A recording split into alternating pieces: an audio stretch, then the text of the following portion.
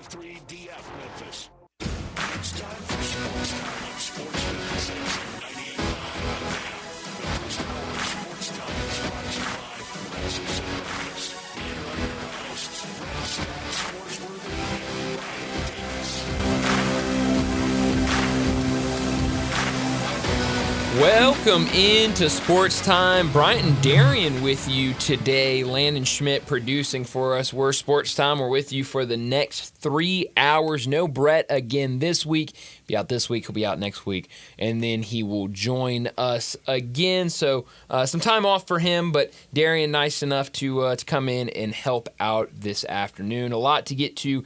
A very busy weekend in the sports world. We kind of talked about it going into the weekend with the college football playoffs starting, Memphis and Mississippi State, that basketball game, NFL, a little bit of everything, and some other really good college basketball games. NBA Grizzlies win again Saturday night against the Hawks. They'll play again tonight. So a lot to get into over these next 3 hours. We'll try to get to as much of it as we can. But Darian, it's been a minute since you have been a part of this show. What's going on? How you been? Hey man, doing well.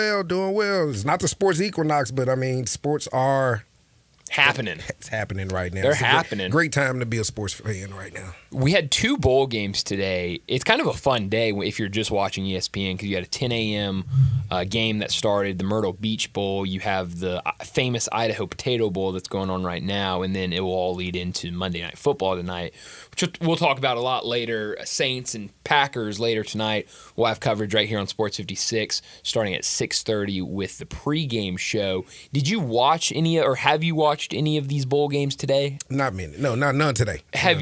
Landon, have you watched either of the games today? Yeah, I was catching up with Fresno State and Northern Illinois. That's the game that's going on right now, halftime right now in that one. Famous Idaho Potato Bowl. Fresno State is up 13-3. Is that the score right now? Good. I have the under in that game. Also, I have Fresno State money line. Hawaii, you got Hawaii, Mountain West. Right. Hawaii beat Fresno State. I see. So you're all in. I'm all in for Fresno State. Diamond Head Classic also going on right now for Hawaii Doubling basketball. down on the Hawaii. I love it. He's a big Hawaii guy. Well, Hawaii basketball won this weekend over Charlotte. That's right, last night, yeah. It was awesome. The Diamond Head Classic going on. Yes, so they'll sir. play again tonight. Go Bows, baby. Yeah, good team. I like watching it. We've talked about it a lot. I really like watching Hawaii basketball. But both these games today have been the ugliest games I've ever seen. I mean, they are so bad. The first game, UTSA and Coastal Carolina. I don't know what happened early in this game. These two teams fighting all day long. I mean, it felt like after every play, you get some sort of personal foul. They were talking about mid-game, like, in the first half, like 5 different guys got a personal foul. I mean, it was crazy. But UTSA ran away with that one. They scored 44 points, looked really good against Coastal. This game's kind of ugly. Both teams, their starting quarterbacks for the season in the transfer portal, so neither playing. I think one side is starting their third-string freshman quarterback. The other side is starting a third- or fourth-string redshirt freshman walk-on. So, yeah, man. And I mean, you want to also talk about ugly. Fresno State, before heading into the half, had a chance to go up by 2 field goals. Okay. And their kicker missed both of them Wow. horribly. Wow. They had a blocked punt that put them in great position for one, missed it wide right. I mean, it's tough. It's not looking like a famous Idaho Potato Bowl. That's another thing. Too many potato puns Too many in the potatoes? famous Idaho Potato Bowl. I don't know what they said, but like a spud connection. I was like, what does that even mean? Like, don't say that. Don't say I didn't like that. But the real games over the weekend, the college football playoffs, I've heard a lot of people talking about them today, kind of recapping what happened over the weekend. They were all blowouts, but I don't know about you, Darian. I feel like all of them had a little something extra to them. Like they felt like playoff games. They might have been blowouts. They might have been, one-sided games. That's what the home field does for you. But it felt like there was something there in all of the games. I didn't get to watch much of Friday night. I was at a wedding, and so I was kind of watching it during the reception, kind of not. So I didn't get to see a ton of that game. But, and that's probably the one I saw the majority of. Certainly had kind of the bigness feel of being the first game of the college football playoffs. That added a lot to it. Saturday morning, you start off with SMU and Penn State. Kevin Jennings was thrown all over the place. He just couldn't find his teammates. Yeah. And so that felt like every time he threw an interception, you're like, oh, man, that's big. But the thing was, SMU's defense early in the game looked great. I mean, they would throw it was back-to-back pick sixes. Yeah, he threw them out of the game easily. And then, but any other time Penn State got the ball, SMU's defense came up with stops. They looked pretty good for the most part. And then after that, Texas-Clemson. I thought Clemson was very competitive in that game, especially in the second half. Kind of trying to attempt to come back. As a guy that had plus 13.5, I was really hoping Dabo would have kicked that field goal late in the game. He decided to try to go for it and couldn't get it. But that was 38-24 the final score. But it was a fun game in that second half. And then the night game, I thought everything building up to that game, Tennessee and Ohio State, made that fun really until probably the end of the first quarter. And then you're like, okay, Ohio State's going to run away with this game. But the fact that you had, and credit to Tennessee, because those fans said, we're going to take over Columbus. We were going to turn into Neyland North. And they did. I mean, you wake up and game day's on and Pat starts singing Rocky Top, and the place explodes with Rocky Top. And then I had some buddies that went up there. They're sending me pictures throughout the day. I'm asking them, all right, what's the feel? Is this actually going to be Neyland North? And he's going, I've been to 3 bars since getting here, and it's only Tennessee fans. And he goes, I don't know if that's, because we're the out-of-towners and whatever, but it's a lot of people here. Then he sent me pictures of inside the stadium once they got in there, and it's a ton of orange. And now, from what I understand, fans. Per John Harden, Ohio State only gave Tennessee 3,500 tickets. But they said, I think that's right. So they were allotted that many tickets, but then their black market, they were going kind of on Ticketmaster and stuff like that. And because I remember their athletic director was like pleading with Ohio State fans not to sell their tickets, and if they were going to sell their tickets, sell them. Make sure you're selling them to Ohio State fans because of how many people. And I think I forget where I heard this, but I heard somebody say that like Tennessee fans figured out like the code, like Ohio State fans had code, so they can purchase tickets. Yeah, so they could purchase Ohio State just tickets. like Tennesseans, man. And so there were a lot of them at that game, and then you had Tennessee, the players, run out with their shirts off, bare-chested, kind of trying to say, hey, y'all talk about this cold, we're ready for it. And so like it was really fun building up to it. I asked John Harden, did he take his shirt off? He said no. John Harden was there in the horseshoe band. He was there. Good for him. He was there, and everything was all good until they kicked off. So that's kind of what I told him. Yeah, no, it was all Ohio State in that game, 42-17. So quick question about these playoff games. Sure. Are you one of the folk that says the teams that got quote-unquote shafted out of not being there should have been there, seeing how every game was a blowout? Like the Alabamas and the Miamis are standing up saying, we should have been there. Look at what happened.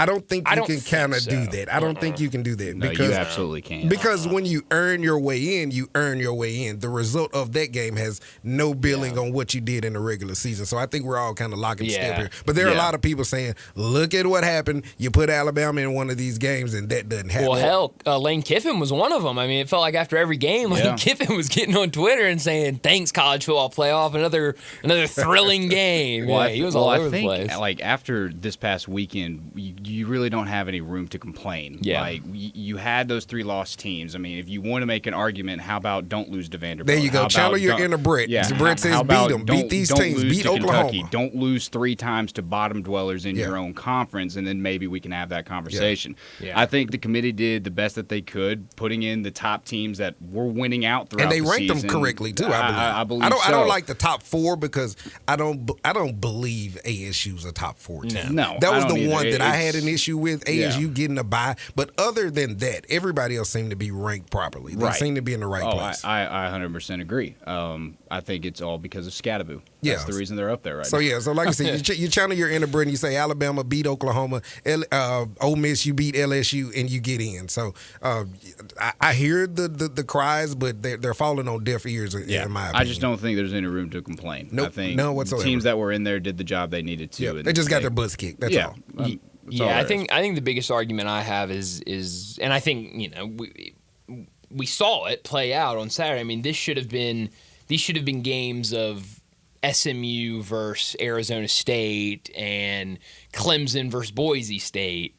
And then the next round is when you see Ohio State playing somebody and Penn State playing somebody. And because I just don't think, I mean, you look at, and Mike Corsi was on with Dave Woloshin earlier today, and he made a fantastic point because Mike is kind of in the minority of people, and David Cobb, who usually joins us on Mondays, he'll come back, I believe, in January. He's on paternity leave.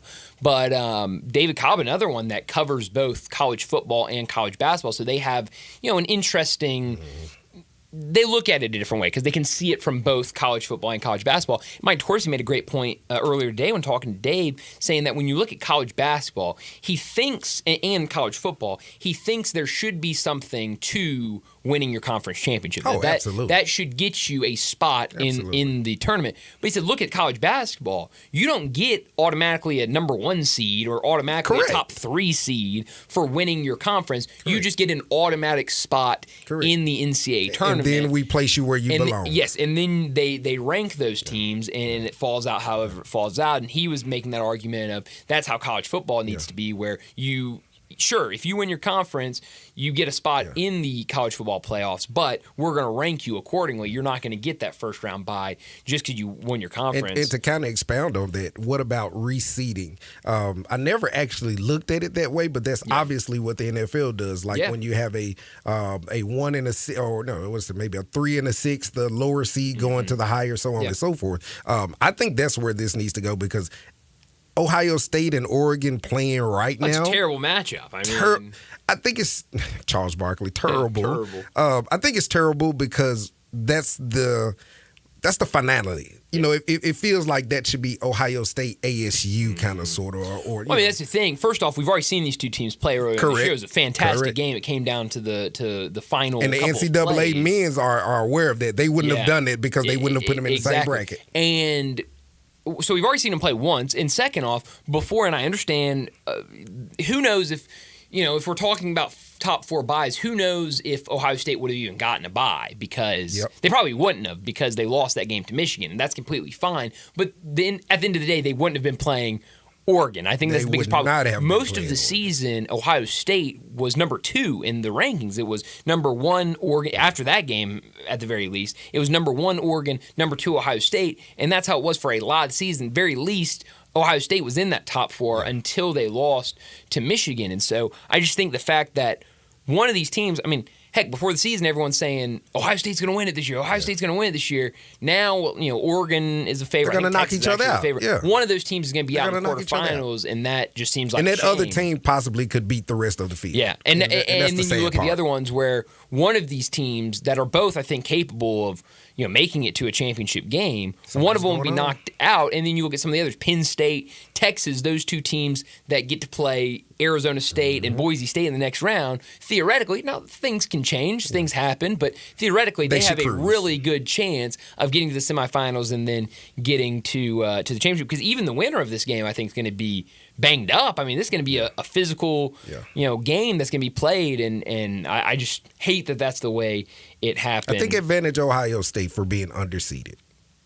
You take the loss. You got some momentum coming in after beating Tennessee, and the fire's burning. Yeah, Ohio State Oregon has already beat you by a slim margin. They were ready to show everybody that the Michigan game was a fluke. I mean, from the first touchdown Will Howard thrown, it was game over. Yeah. I but I don't think that should, and I think you can say this about all the teams. It shouldn't take anything away from Tennessee how the game played out, because Tennessee had a fantastic season, and I mean, you look freshman at that quarterback, roster, baby. The arrow is pointing up. Yeah, you look at Nico, and it feels like the future is going to be bright for Tennessee. Just a couple minutes before we get to top and not, we got to talk about this Memphis game over the weekend. 79-66, the final score, a loss against Mississippi State. This was a game where Mississippi State dominated from the opening tip. It really, Darren, we were talking about this off air earlier. Where some of these games where Tigers come out slow, I think you think back Missouri, think back to UNLV, they were down. San Francisco, I think, was a big one. They looked awful in the first half against San Francisco and then bounced back in the second half.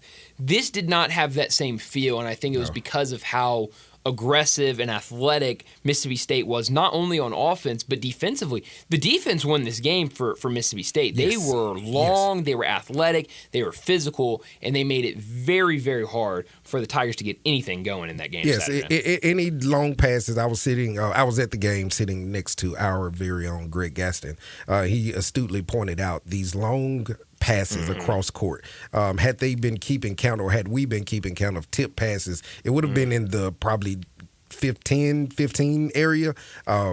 Mississippi State wasn't playing it. Those long passes that the Tigers were throwing across the court just weren't going to work.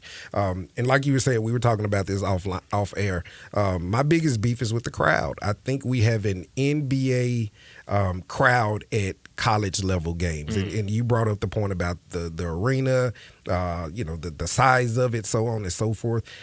Those kids are human. And I think the energy or lack thereof at the beginning of every last one of these Tiger games I've attended, including the very first one with Missouri, we noted the lack of people in the stands, first of all, for that first game, because they were there this game. They 14-5. Yeah, it was good crowd. Biggest crowd we've had this season. But the energy, when the ball tips off, the crowd has to infuse some kind of energy into these players.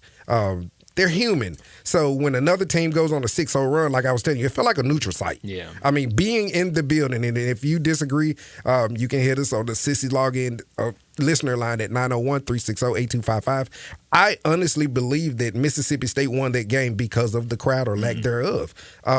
We were in the building, but you couldn't feel it. You know, you couldn't feel the Tiger, the Tiger, the nation. You know, you couldn't feel it. I mean, and that's just from my humble standpoint. Last time I played a refereed real game, in all honesty, 12th grade. So, of course, I don't know what it feels like to play in a college basketball game, but I definitely know what it feels like to go into a hostile environment. I've played in Hamilton. I played at East. I played at White Station. Those are hostile environments, and they don't make it comfortable for you. And it's almost like we kind of, we make it comfortable for teams, and it's just I kind of feel Penn where he's saying, "Hey, people, be in the building." Shout out to T-Money. We have to be there, but you have to be where your 2 feet are. That's a work phrase. A lot of people say, "Hey, are you here today?" You're messing up, you're screwing up at work, and your brain's just not there. You want your brain and your body to be where your 2 feet are, and I just don't think we have it. I don't know if it's I don't want to say it. I don't know if it's the age of the crowd or what.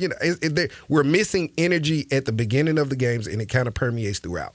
Yeah, it's an interesting question, and I know Penny and a lot of those players throughout the week were begging, lack of better words, begging fans to be there, and a good crowd there. I think you would assume a really good crowd for Ole Miss, but I would think probably more Ole Miss fans there than there were Mississippi State fans. So full context, being in the building. Building just about full, maybe 25% of the crowd was Mississippi State, and you brought up a great point.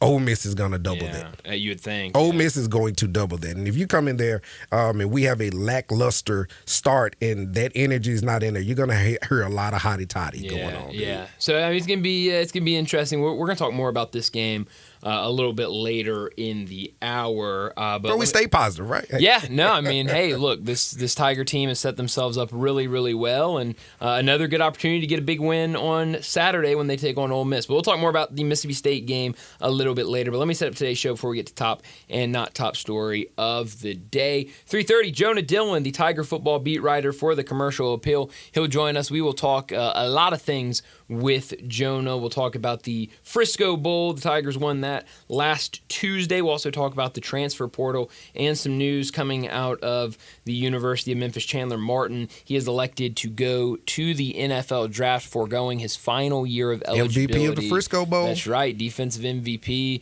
So we'll talk with Jonah about that, what that means, his decision to go to the draft now. Creates a big hole at that linebacker position that he has been fantastic the last 2 years.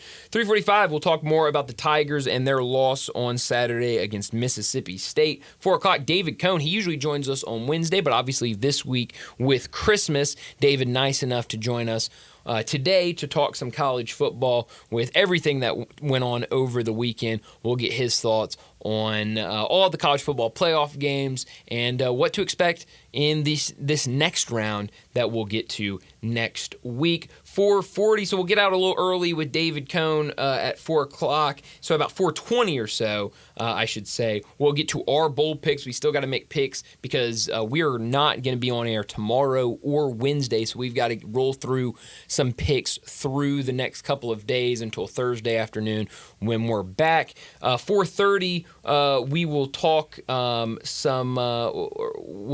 it'll be our look back at the weekend in the SEC. Our Sissy's Log Cabin look back at the weekend in the SEC. We'll take a look back at what happened in some of these bowl games involving SEC teams. I believe only one bowl game involving an SEC. That was the Gasparilla Bowl Friday evening. And then we'll take a look at Texas and what they did in the college football playoff, their first game in the college football playoff. And we might even preview some of the next matchups for the SEC. 4:45, we'll get to big number of the day. 5 o'clock, DeMichael Cole not able to join us today. Obviously, very busy game day for him. He's also tying up some stories before the holidays, so we'll catch up with him again next week. We'll talk a lot of Grizzlies at 5 o'clock, talk about what they did over the weekend, tonight's game. We might venture out into some other NBA things with we've got a loaded Christmas day for the NBA, always a lot of fun. So we'll talk about that at 5 o'clock. 5:30, we get to our Monday Night Football pick and preview. Saints-Packers tonight. Packers a 14.5-point favorite over the New Orleans Saints. We'll also do our Big Four Saints and Packers for the 21st century with a 3-year minimum. So basically what we did last year, we'll do it again for tonight's game. 2 lists, I believe, if I have it right, from Brett. 1 for the Saints and 1 for the Packers. So we'll do that at 5:30, 5:45. We'll wrap up today's show like we always do with Crunch Time. Let me remind you, we're in our Family Leisure studio where family and fun come together. Get over to Family Leisure for the Christmas sale. Still time to take advantage of the Christmas sale. How about a new pool table, shuffleboard, or an arcade game for the holidays? Help them clear out their overstock of theater seating. It's all priced to move. All fire pits are 20 to 30% off. And don't forget about the spas. All their in-stock spas up to $1,500 off and ready for delivery. Go by and check out all the great holiday deals in their gigantic showroom only at Family Leisure, 2120 Witten Road, just north of I-40. A reminder, Darian said it earlier, but you can be a part of the show. Text or call the Sissy's Log Cabin listener line, 901-360-8255 to be a part of the show. Maybe you went up to Columbus, part of Vol Nation, traveling up there. Tell us what you thought about that game, about the Vols faithful making the trip up. I really was impressed with how many Tennessee fans were up there. Text in about the Tigers over the weekend, their loss against Mississippi State. Anything you want to text in, 901-360-8255 is where you can do it. And a reminder, this hour brought to you every single afternoon by Lexus of Memphis. Let's go ahead and get to top story of the day. Top story of the day. Well, my top story of the day, we're going to keep it local here, and we're going to talk Tiger basketball. A loss 79-66 against Mississippi State. Look, this is a really good Mississippi State team. We talked about it a lot on Friday before this game that, this was not going to be a game that you could just go in and rely on, hey, we're going to make shots, we play fine defense, we're going to be at home, and we're going to win this game. This was going to be a very difficult game, but you saw what the Tigers had done their last 2 games out. It felt like they had cleansed themselves from that Arkansas State loss. Thank you.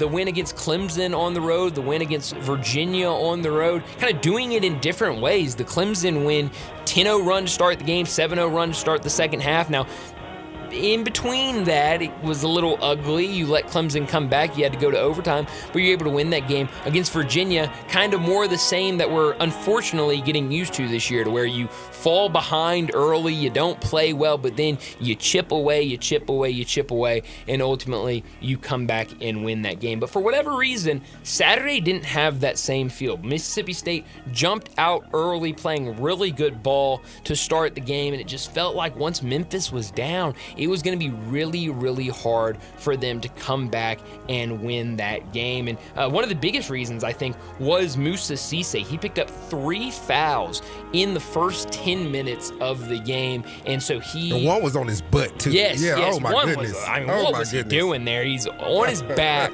and just is slapping around and grabs one of Mississippi State's players' legs, gets called for a foul. He only finished the game playing 12 minutes. You just cannot cannot have that, especially how short that rotation is. You really can't have that. Dane Dange, I thought, came in and was. He was aggressive. He was aggressive. He was aggressive, but it was a little good. Not efficient. A lot of bad. He had 6 turnovers. Not He had efficient. 6 points. He did have 9 rebounds, but it just felt like you lost something with Moussa Cisse out there. Moussa Cisse still had 5 rebounds, but just could not stay out there because of those fouls. Tyrese Hunter, PJ Haggerty both looked good. It was another cold game from Colby Rogers. And then on the other side, Mississippi State really did anything and everything they wanted to do, putting up 79 points, shooting 44% from the field, 37% from 3, and that includes making 10 3-pointers that gave them a big edge, and 9 of those threes were in the first half. That was one of the big stories in the first half, is Mississippi State felt like they were knocking down every single 3 that they took. 1 for 9 in the second half from 3, but in the first half, they really looked good from deep. Another thing that jumped out, and again, it kind of has to do with Moussa Cisse being out of there, but still, this is a team that likes to get to the basket. You think of Dane Dange being inside, Nicholas Jourdain being inside, PJ Haggerty liking to get to the basket. 4 for 11 on layups. You just can't have that. It was not the Tigers game. They finished with 18 turnovers. They shoot 35% from the field, only 29% from 3. Not their game, but now you've got a week to have some downtime. I'm sure Penny gave them a day or two to go home and visit family. He says they'll be back in the lab Christmas night. Okay, so I guess they got to practice Christmas night. The first part of the week, and then getting back on Christmas Day, and so then you'll have some time to really get ready for what will be a really big test against Ole Miss. Ole Miss is very weird because you look at the kind of metrics, net, and Kim Pom, stuff like that.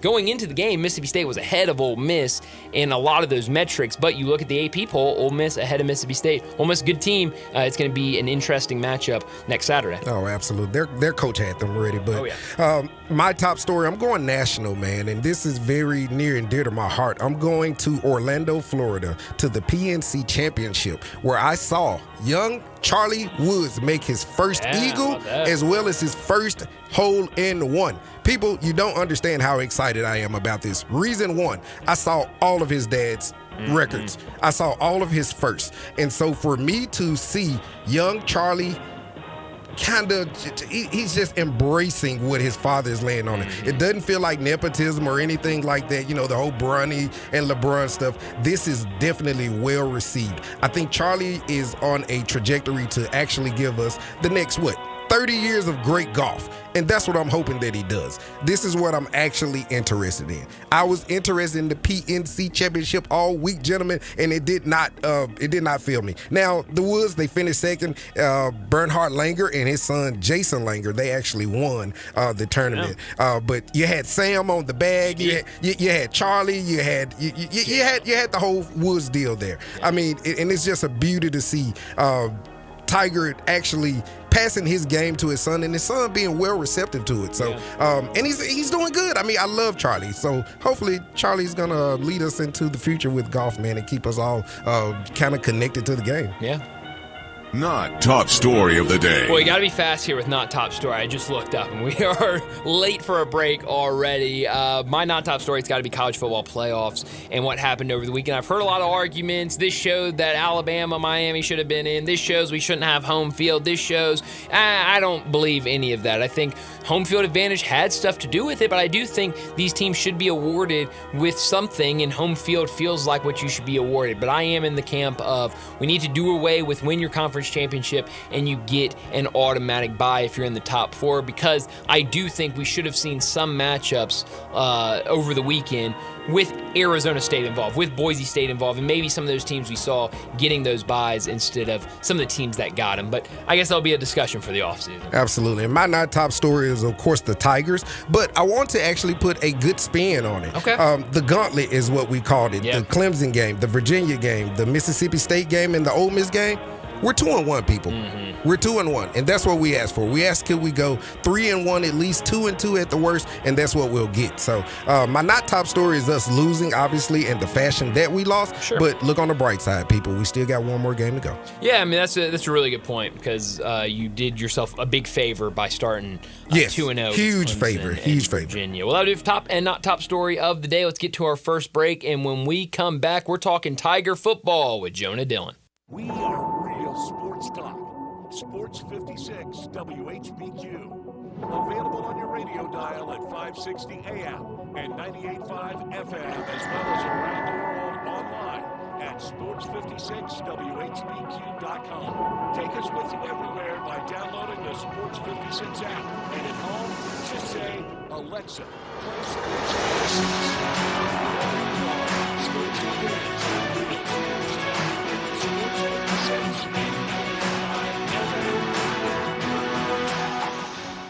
The 2025 Range Rover Sport sits right at the heart of the Land Rover lineup, offering a perfect mix of style, performance, and versatility. Smaller and more agile than a full-size Range Rover, it's a great option for everyone who wants luxury and practicality. Every model comes with 8-speed automatic transmission and all-wheel drive standard. Whether you navigate city streets or tackle rough terrain, Range Rover Sport has you covered. Every drive is powerful and breathtaking. The 2025 Range Rover Sport is the epitome of sport luxury. Test drive one at Jaguar Land Rover Bluff City.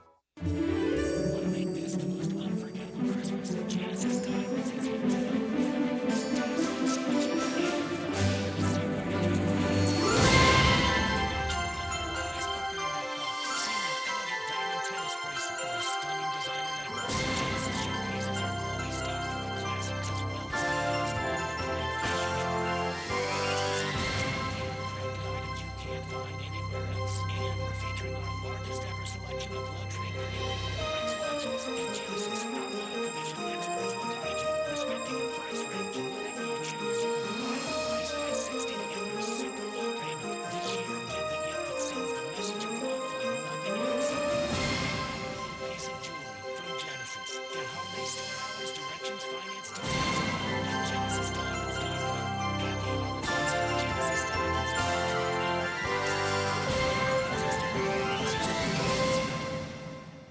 Let me guess, you're going to recommend that everyone get their holiday meal from Central Barbecue. No, although it's a great idea, get everybody some fantastic Central Barbecue and not have to do any of the work, but that is not what this spot is about. It's not? No, this is about another way Central Barbecue can save you time and trouble. Ah, Central Barbecue gift cards. That's right.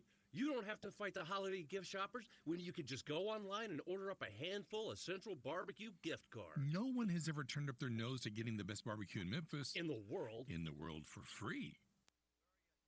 This hour brought to you every day by Lexus of Memphis at 2600 Ridgeway and online at lexusofmemphis.com. Merry Christmas and happy holidays from everyone at Lexus of Memphis. Great offers on all the 2024 models that remain, the 2025s that have taken over, and always special leasing options. Drive in luxury and confidence knowing that every new Lexus comes with complimentary first and second maintenance services. Call them at 901-334-9673, but stop by the only Lexus dealership in Memphis at 2600 Ridgeway and put yourself in the driver's seat of the all-new 2025 flagship LS500, and you'll be driving in style. When you purchase a Lexus, you get top-of-the-line engineering and design that makes for the luxury, safe driving experience. Online at lexusofmemphis.com. Experience amazing at Lexus of Memphis.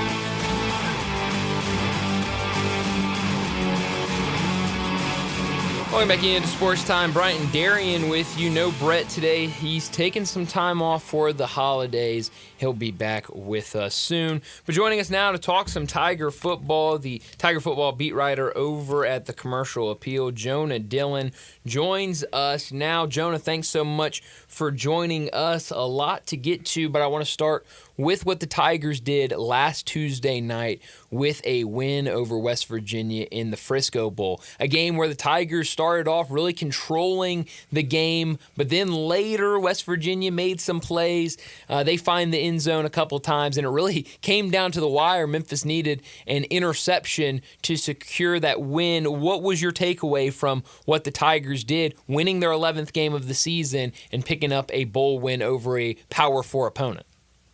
Yeah, it feels like it always has to come down to the final minutes, or it wouldn't be a Memphis Tigers game. That's right.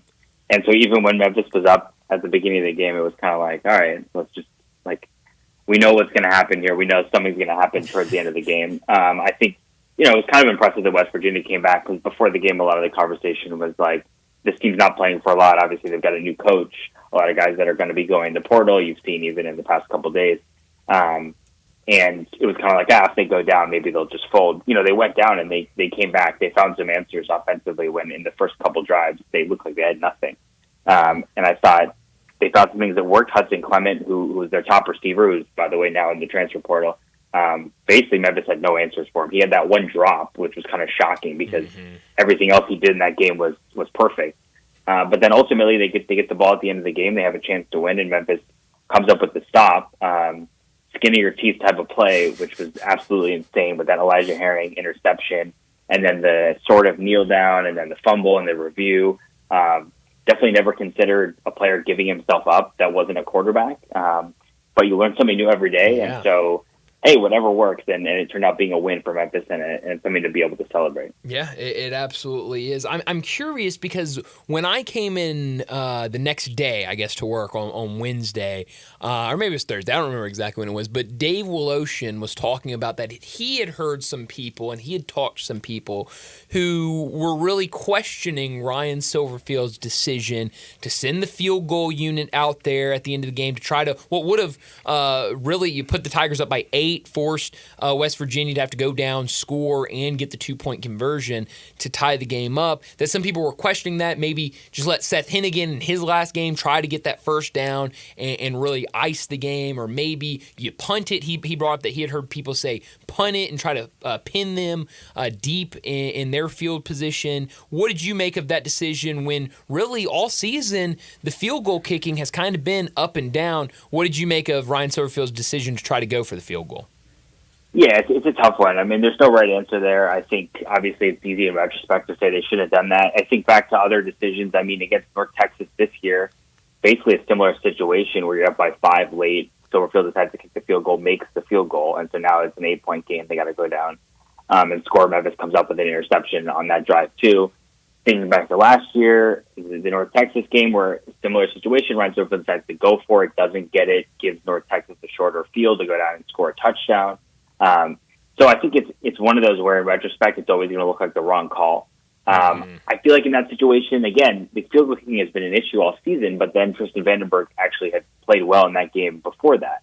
And so maybe you're thinking, okay, we've got some momentum here. He's kind of in a good moment here with his kicking, and it's going to be tough. I think the momentum also plays into it, right? Because Memphis was obviously losing the momentum at that point. And it's just one of those things where, like, if they lost that game, I think there would be a lot more discussion on why that happened, and that play would be the one that we were talking about.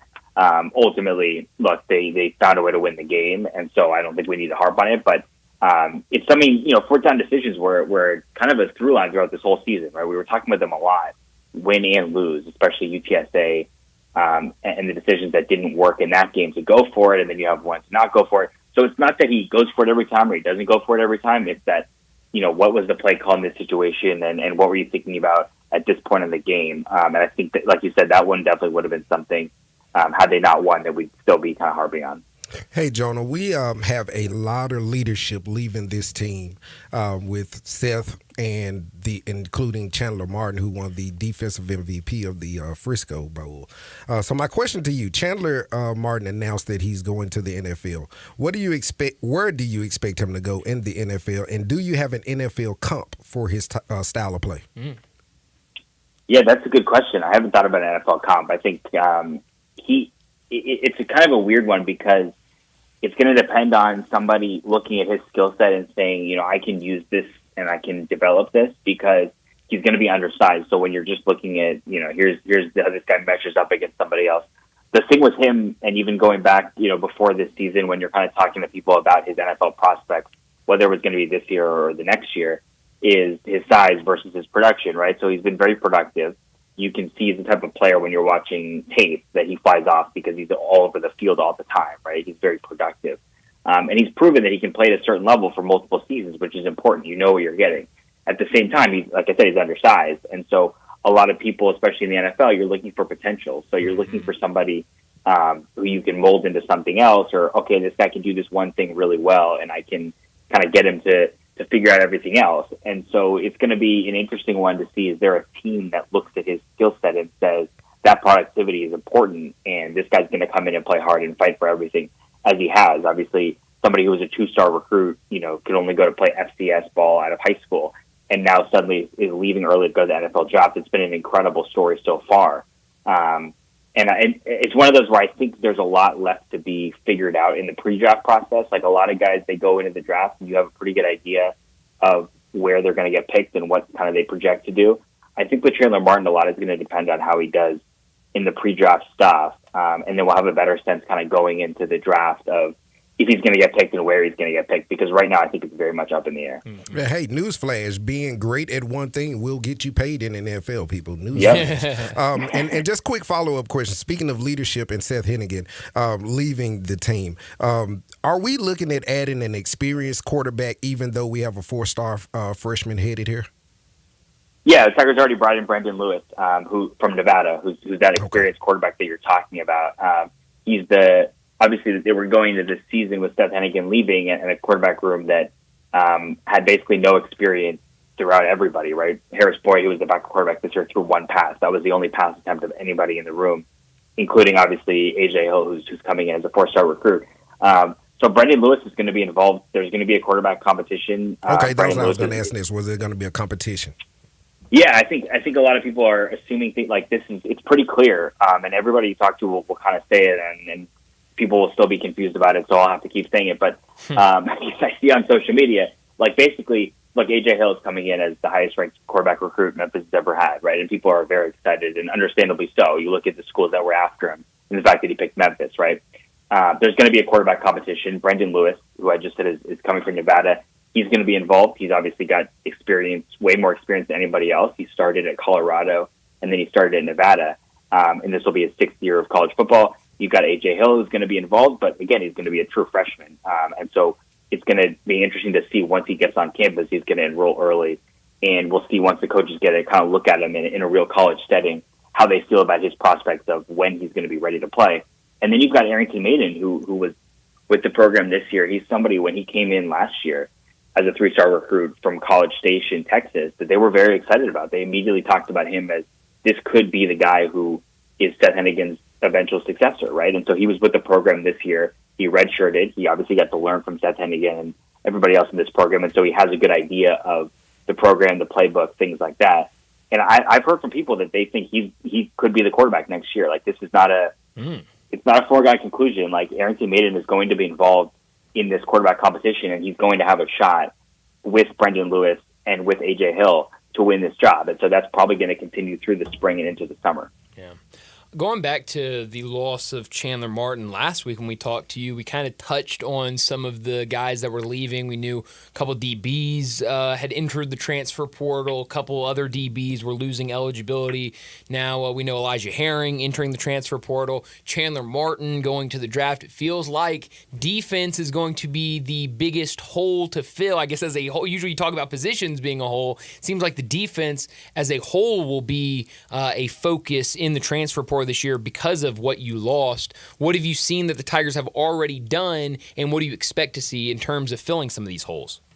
Yeah, you're right. I mean, I was thinking about this the other day. Just you kind of look at the defense and think, okay, who actually is going to be on this team next year? Like who we know can start, right? And so you're looking at like William Whitlow, who is on the defensive line, and then Cortland Marsh, who I think people are going to be excited about because he played really well when he came back from injury the last couple games at safety. And then you look around the rest of the defense, and you're like, okay, he's in the portal. He's out of eligibility. Chandler Martin's going to the draft. You've lost your entire linebacker core, which was the strength of this defense this year, and the thing that the entire defense was built around.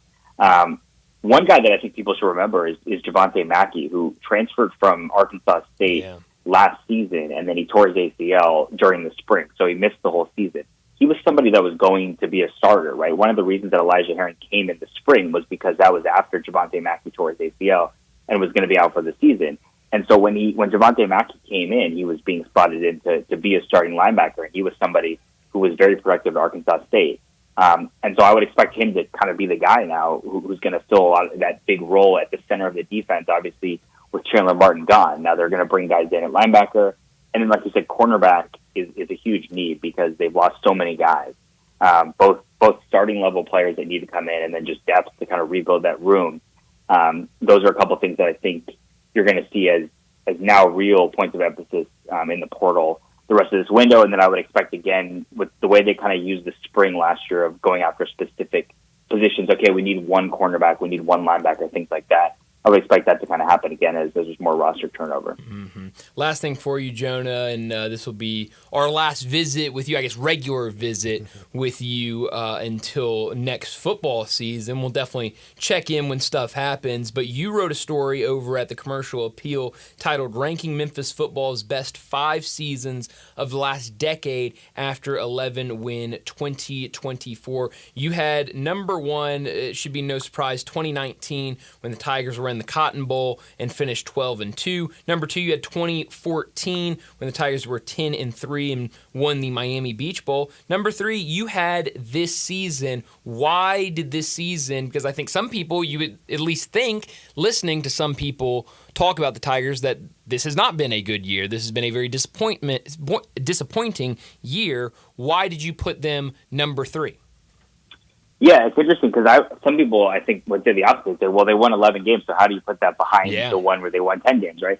I think it's kind of interesting. Like you said, we've talked about it all season, and I still don't have the right answer for how to look back on this year, right? We've kind of been doing it since the UTSA game. We've kind of been trying to contextualize what happened this season. Obviously, they've gotten a lot more wins since then, but that kind of feeling that everybody had after the UTSA game when it was clear that the AAC title and the playoff was kind of out the window, I think has still remained, right, even though it's maybe been pushed a little bit back. And so I think it's tough. I think they won 11 games. I think the fact that they got to celebrate a win streak at the end of the season, that they got to send off all these seniors and Chandler Martin as well with a win and to kind of be excited about everything.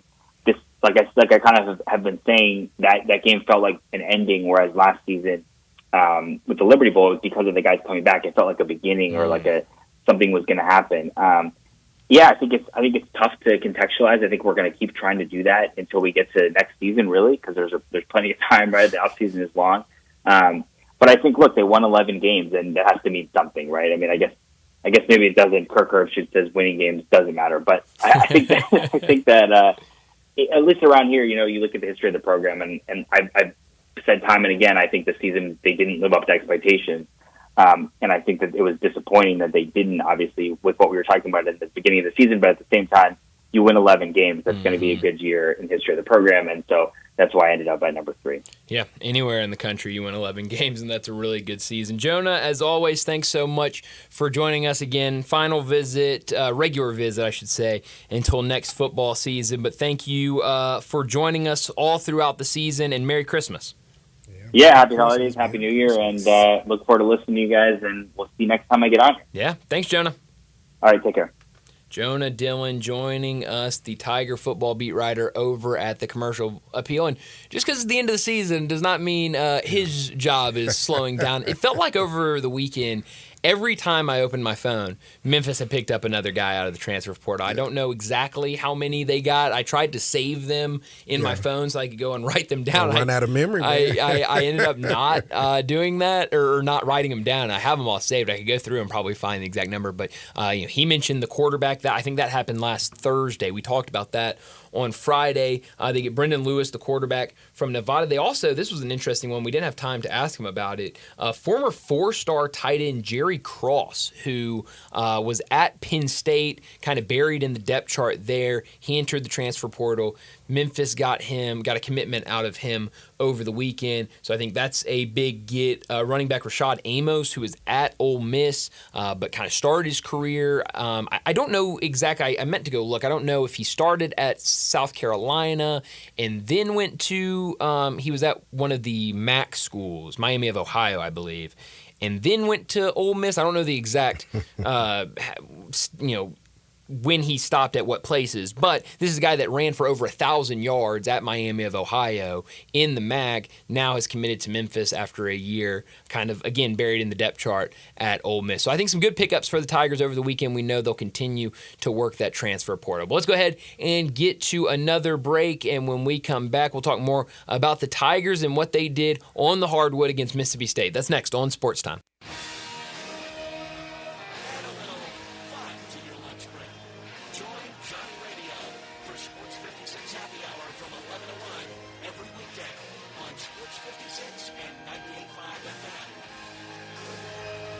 Locally owned and operated for over 40 years, Automatic Gates Construction tailors custom-made solutions for all your residential, commercial, and industrial needs, including repairs, maintenance, and installation.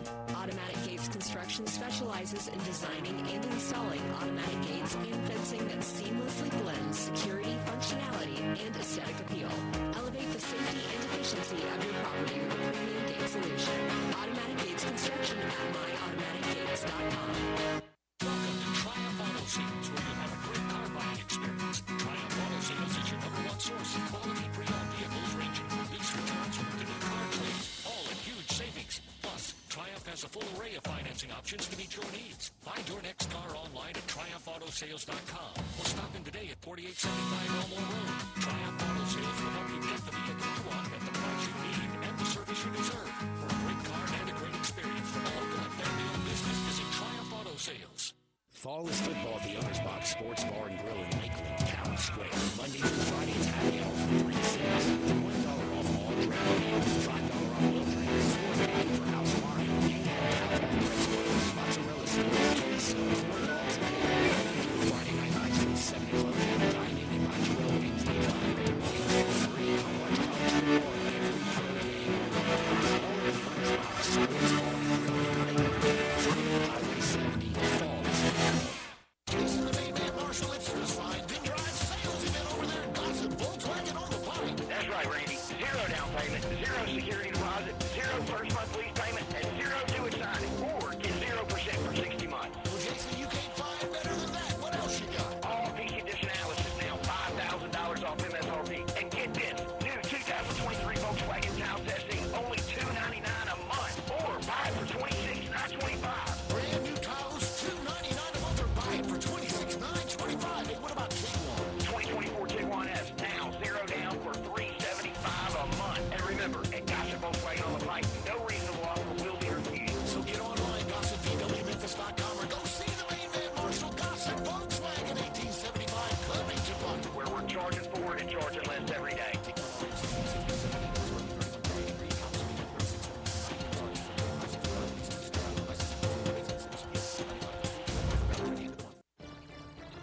Kevin Harlan here from Monday Night Football on Westwood One. The primetime spotlight falls on historic Lambeau Field this week when quarterback Jordan Love and the Green Bay Packers take on the New Orleans Saints. Join Hall of Fame offensive lineman Joe Thomas and me for all the action as the race to the postseason continues on Monday Night Football. Right here on Sports 56.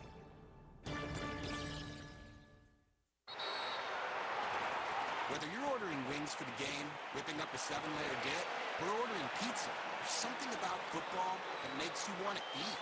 And this football season, Uber Eats has the best deals on game day food. No matter what you're craving, from 2-for-1 pizza to buy one, get one wings, Uber Eats will be dropping new deals each week, all season long.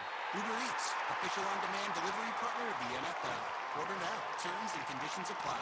See app for details. This Christmas, the NFL is live on Netflix, and it's a gift you can't wrap.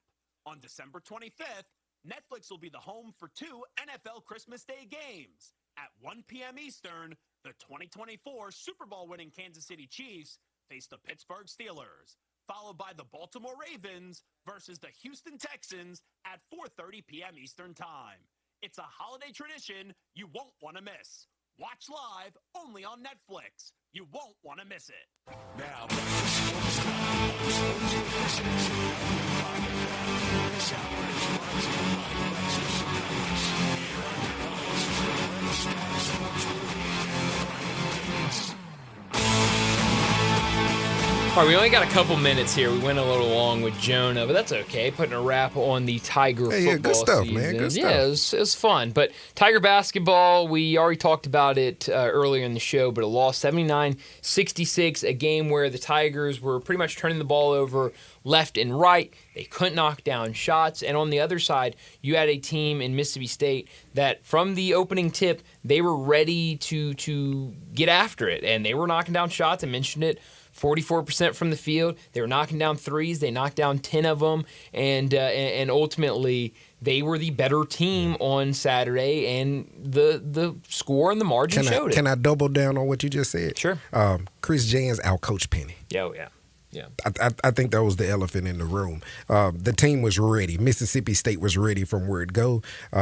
We just kind of looked lethargic out there. And I mean, I know we want to blame a lot of factors, but I think we got outcoached. Yeah, I mean, look, I think Mississippi State's a really good team, and I just think, maybe they're a better team than Memphis. Yeah. And they certainly were a better team on Saturday because it was mistakes, but at some point, those mistakes are kind of who you are. And I think this Tiger team is a team that has a lot of turnovers and can be kind of hit or miss when it comes to shooting the ball, especially from three. They've got guys that can shoot. Look, let's not forget that they take a ton of them, man. Ugh. Well, it's interesting because sometimes they do, and sometimes they're very selective with their 3-point shots. But this is a team that we were talking about before the season. Oh, they can't shoot. Yeah. Oh, this is going to be a bad season. I mean, you can't win in college basketball if you can't shoot. And really, the start of the season, they've been knocking down shots. I mean, we've been talking about it multiple weeks where, hey, man, they're number one in the country in 3-point Where are percentage. they now? Are they like 4 or 5 right now? Let's take a look. I don't know exactly where they are. I think Saturday they were still in the top 5. Let's see. Of the country. Obviously, they weren't leading the country anymore, but those guys can jack up some shots, man. And when they're not falling, they still jack them up. I mean, see, the Clemson game, when I was just screaming at the television, stop shooting the ball, please. They're 10th in 3-point percentage. Okay. But the thing is, there's a lot of teams that shoot more threes than they do. And so it's very weird because you're right.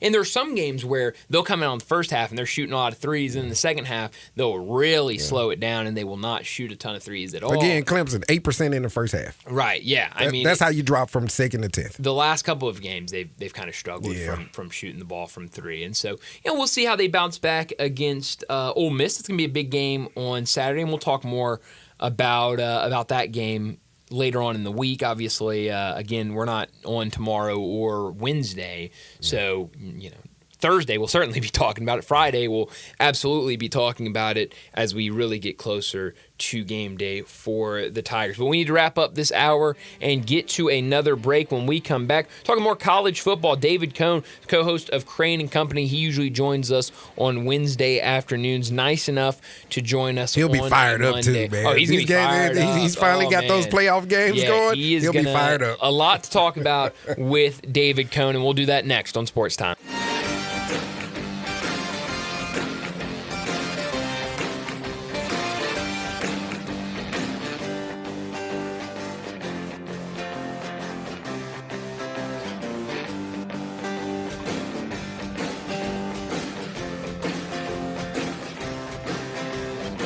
Someone you know or care about has dealt with a difficult divorce. When facing divorce, you need the attorneys at Rice Law.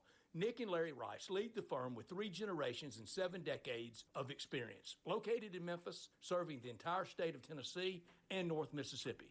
Rice Law is who you need to call. Simple or difficult divorce, they know how to handle it. Call Rice Law at 901-526-6701, or for more information, visit them at aboutdivorce.com. That's aboutdivorce.com.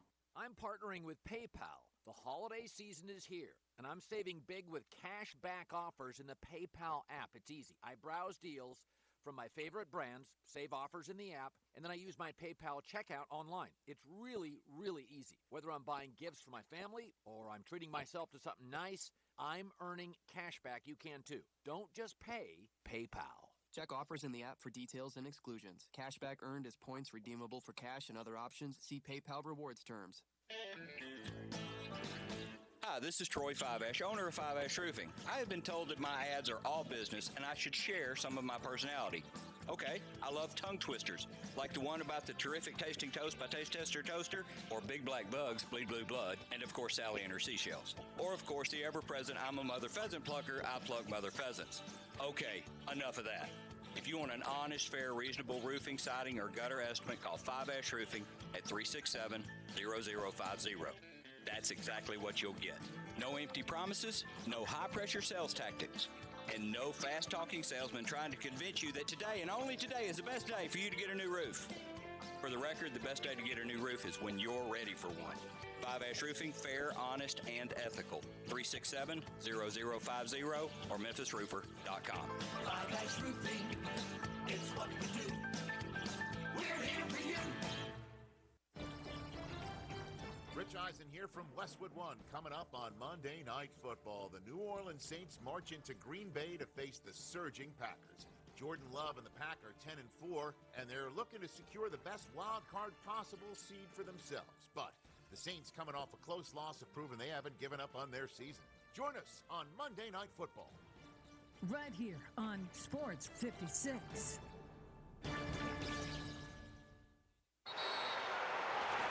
Whether you're ordering wings for the game, whipping up a 7-layer dip, or ordering pizza, there's something about football that makes you want to eat. And this football season, Uber Eats has the best deals on game day food. No matter what you're craving, from 2-for-1 pizza to buy one, get one wings, Uber Eats will be dropping new deals each week, all season long. Uber Eats, official on-demand delivery partner of the NFL. Order now. Terms and conditions apply. See app for details. This Christmas, the NFL is live on Netflix, and it's a gift you can't wrap. On December 25th, Netflix will be the home for 2 NFL Christmas Day games. At 1 p.m. Eastern, the 2024 Super Bowl winning Kansas City Chiefs face the Pittsburgh Steelers, followed by the Baltimore Ravens versus the Houston Texans at 4:30 p.m. Eastern Time. It's a holiday tradition you won't want to miss. Watch live only on Netflix. You won't want to miss it. It's the Arkansas Razorbacks and the Texas Tech Red Raiders in this year's AutoZone Liberty Bowl. Plus, I can roll on the Phoenix Cavaliers.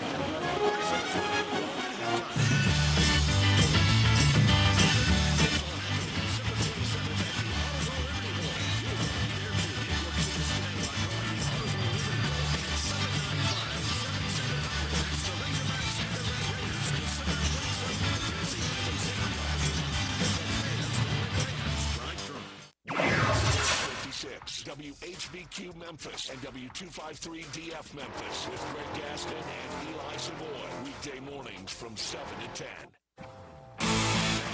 Sports Time on Sports 56 and 95 FM. Once again, Brett Roserby and Ryan Davis.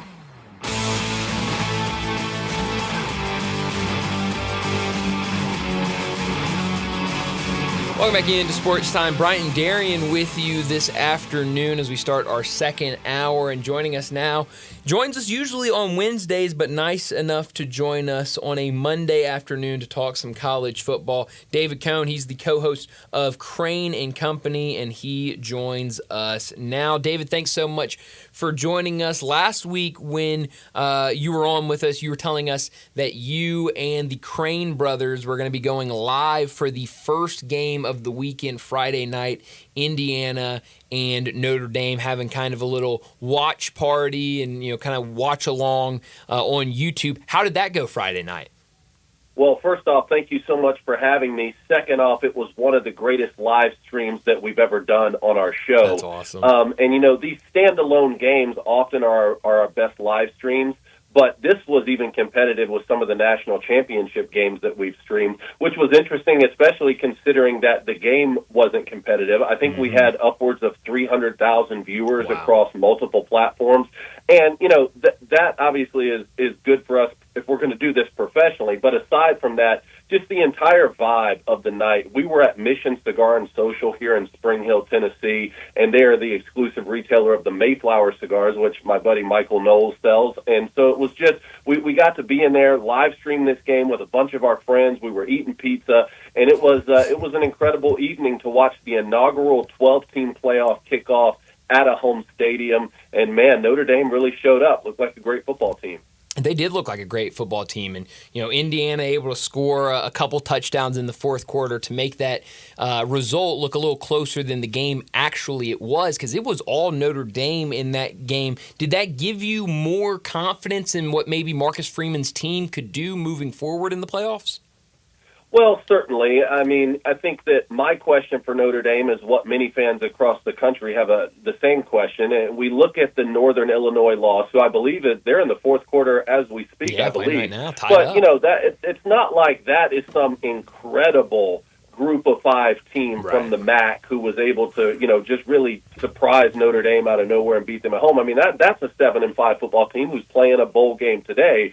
And yes, that goes all the way back to week 2, but keep in mind, a lot of Notre Dame fans are still flaunting their greatest win of the season, which was at Texas A&M in week 1. So what I said is Notre Dame since then has really looked incredible. And look, you beat Georgia Tech, you beat Louisville, you beat USC. These are some nice wins.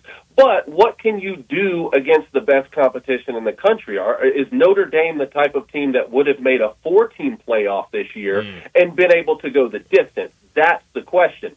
Now, we had Brian Driscoll on our show week before last. Brian was kind enough to come on, and he basically said, look, I think Notre Dame's going to move forward and beat Indiana, and Notre Dame fans are not going to care. We didn't come here to beat Indiana. Yes, they're a good football team this year, but Notre Dame fans aren't going to respect, and the rest of the country is not going to respect Notre Dame for beating Indiana as a brand, notwithstanding that being an in-state rivalry and all the elements of that. But he said, look, we're here to beat the Georgias of the world. We're here to beat the Alabamas of the world, which was a very similar situation for Michigan a year ago. Remember, Alabama got in that playoff over an undefeated Florida State, forcing Michigan to have to go through Alabama if they wanted to achieve that first national championship since 1997. And I think that, it's a very similar situation where Notre Dame now is going to match up against a Georgia team. And while there's some questions with Gunnar Stockton, he's going to fill in for Carson Beck, and how effective is Georgia going to be? Could they possibly be even better? This is what a lot of Georgia fans are saying, and maybe they end up being right. Who knows? But that's what people really want to see is, hey, can Notre Dame go do this against the best competition in the country? Certainly they have the elements, defense, right? I think that defense is for real. Defense travels in December and January when you're trying to play championship football. And then Riley Leonard's ability to create with his legs certainly is a weapon. My question is, if he faces a defense like Georgia or like possibly a Texas, someone like that, who forces him to throw the football effectively through the air 35 to 40 times a game, can he do it? That's what we're waiting to see. I mean, hey, Georgia once upon a time had a quarterback to step in and win a national championship. I do believe so. So my question is, for the teams that were the underdogs and the teams that were left out of the college football playoff, does anyone left out of the college football playoffs have a beef after the first round results? And if so, should Boise and Arizona State also be on blowout alert? Well, that certainly was the question of the weekend, or the topic of the weekend, right? Not just on social media between fans, but also on networks.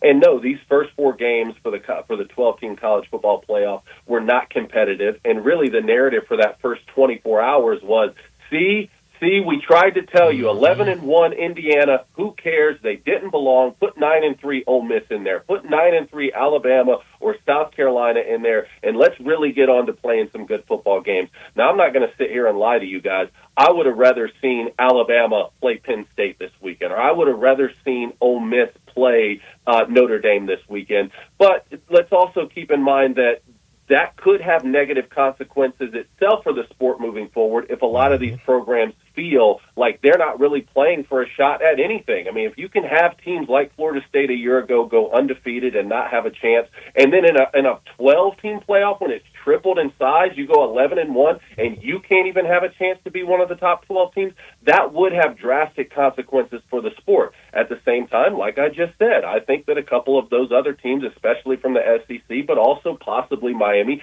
I think they would have kept it more competitive. But here's the point. I thought Alabama was going to beat all 3 of the teams they lost to this year. I thought that Ole Miss was going to beat most of the teams they lost to. I thought they were going to beat Florida. I thought they were going to beat Kentucky. They didn't. They had every opportunity to move forward. And really, the first 24 hours of that narrative from when Notre Dame was blowing out Indiana up to the kickoff of OSU and Tennessee was, see, the SEC is just that much better than everyone else. Put us in the playoff and stop with this nonsense. Strength of schedule has to matter. And then I watch a 10-2 Tennessee team who also has a really good defense go on the road and get blown out worse than any of them, and that narrative sort of started to fall apart. Here's my basic takeaway. I tried to tell people for several years now when we were talking about college football playoff expansion that we hadn't seen a situation where more than 3, maybe 4, upwards of 5 last year maybe, programs be able to win the national championship in any given year. So the fact that we thought that teams 11, 12, 13, and 14 were all of a sudden going to be able to compete with some of the best teams in the country was really silly when it came to playoff time. Now, here's the thing where anti-expansionist people like my friend Josh Pate and others will say, because of that, we didn't want to see the playoff expand. I take a different route, and my colleague Jake Crane, this was one of the first conversations we ever had when we met several years ago, which is if we expand a playoff like we have right now with 12, this could lead to the type of parity that we want. Play this experiment out for several seasons and allow the SMUs and Indianas and teams like that to go out and use this as a recruiting tool to high school students and in the transfer portal. And maybe we could have a situation where teams 11, 12, 13, 14, maybe even 15 and 16 are as competitive at the teams at the top. Maybe not every year, maybe not every game, but at least create opportunities for a Cinderella story, very similar to how we see every March when it comes to college basketball. We're just not going to see that right off the bat. I don't know if college football fans are patient enough for that, but what I'll say to them is, what was the alternative this weekend? What was the alternative? We could have a 14 playoff, and Oregon would be in, and Georgia would be in, and probably Notre Dame, and then they'd have to decide between, is it going to be Texas with the other 2 losses, or, do we slide an 11-1 Indiana team in there, something like that? So we could have the 14 playoff, or even a BCS system where Oregon just goes and either plays Notre Dame or plays Georgia, and then we would have just had these one-off bowl games. So we could have gotten to see maybe the Buckeyes and the Vols play in a one-off bowl game with a bunch of opt-outs, and it still be a blowout, and it would be at neutral site. Instead, yes, it was still a blowout game, but we at least got to watch it in home field where all the players were playing. And look, maybe I'm weird. I just love college football. So despite the fact that a lot of the games were not competitive, I still had an incredible weekend. And I hope that moving forward, college football fans are grateful for at least what the sport is trying to deliver to us every December and January. Brian, I think he's right with that because I am extremely grateful for what they gave us because the BCS, it was incredible watching those numbers. Like, you see those percentages of who was number 1 and number 2. So that's what kind of got me for the BCS. I used to love it. Yeah.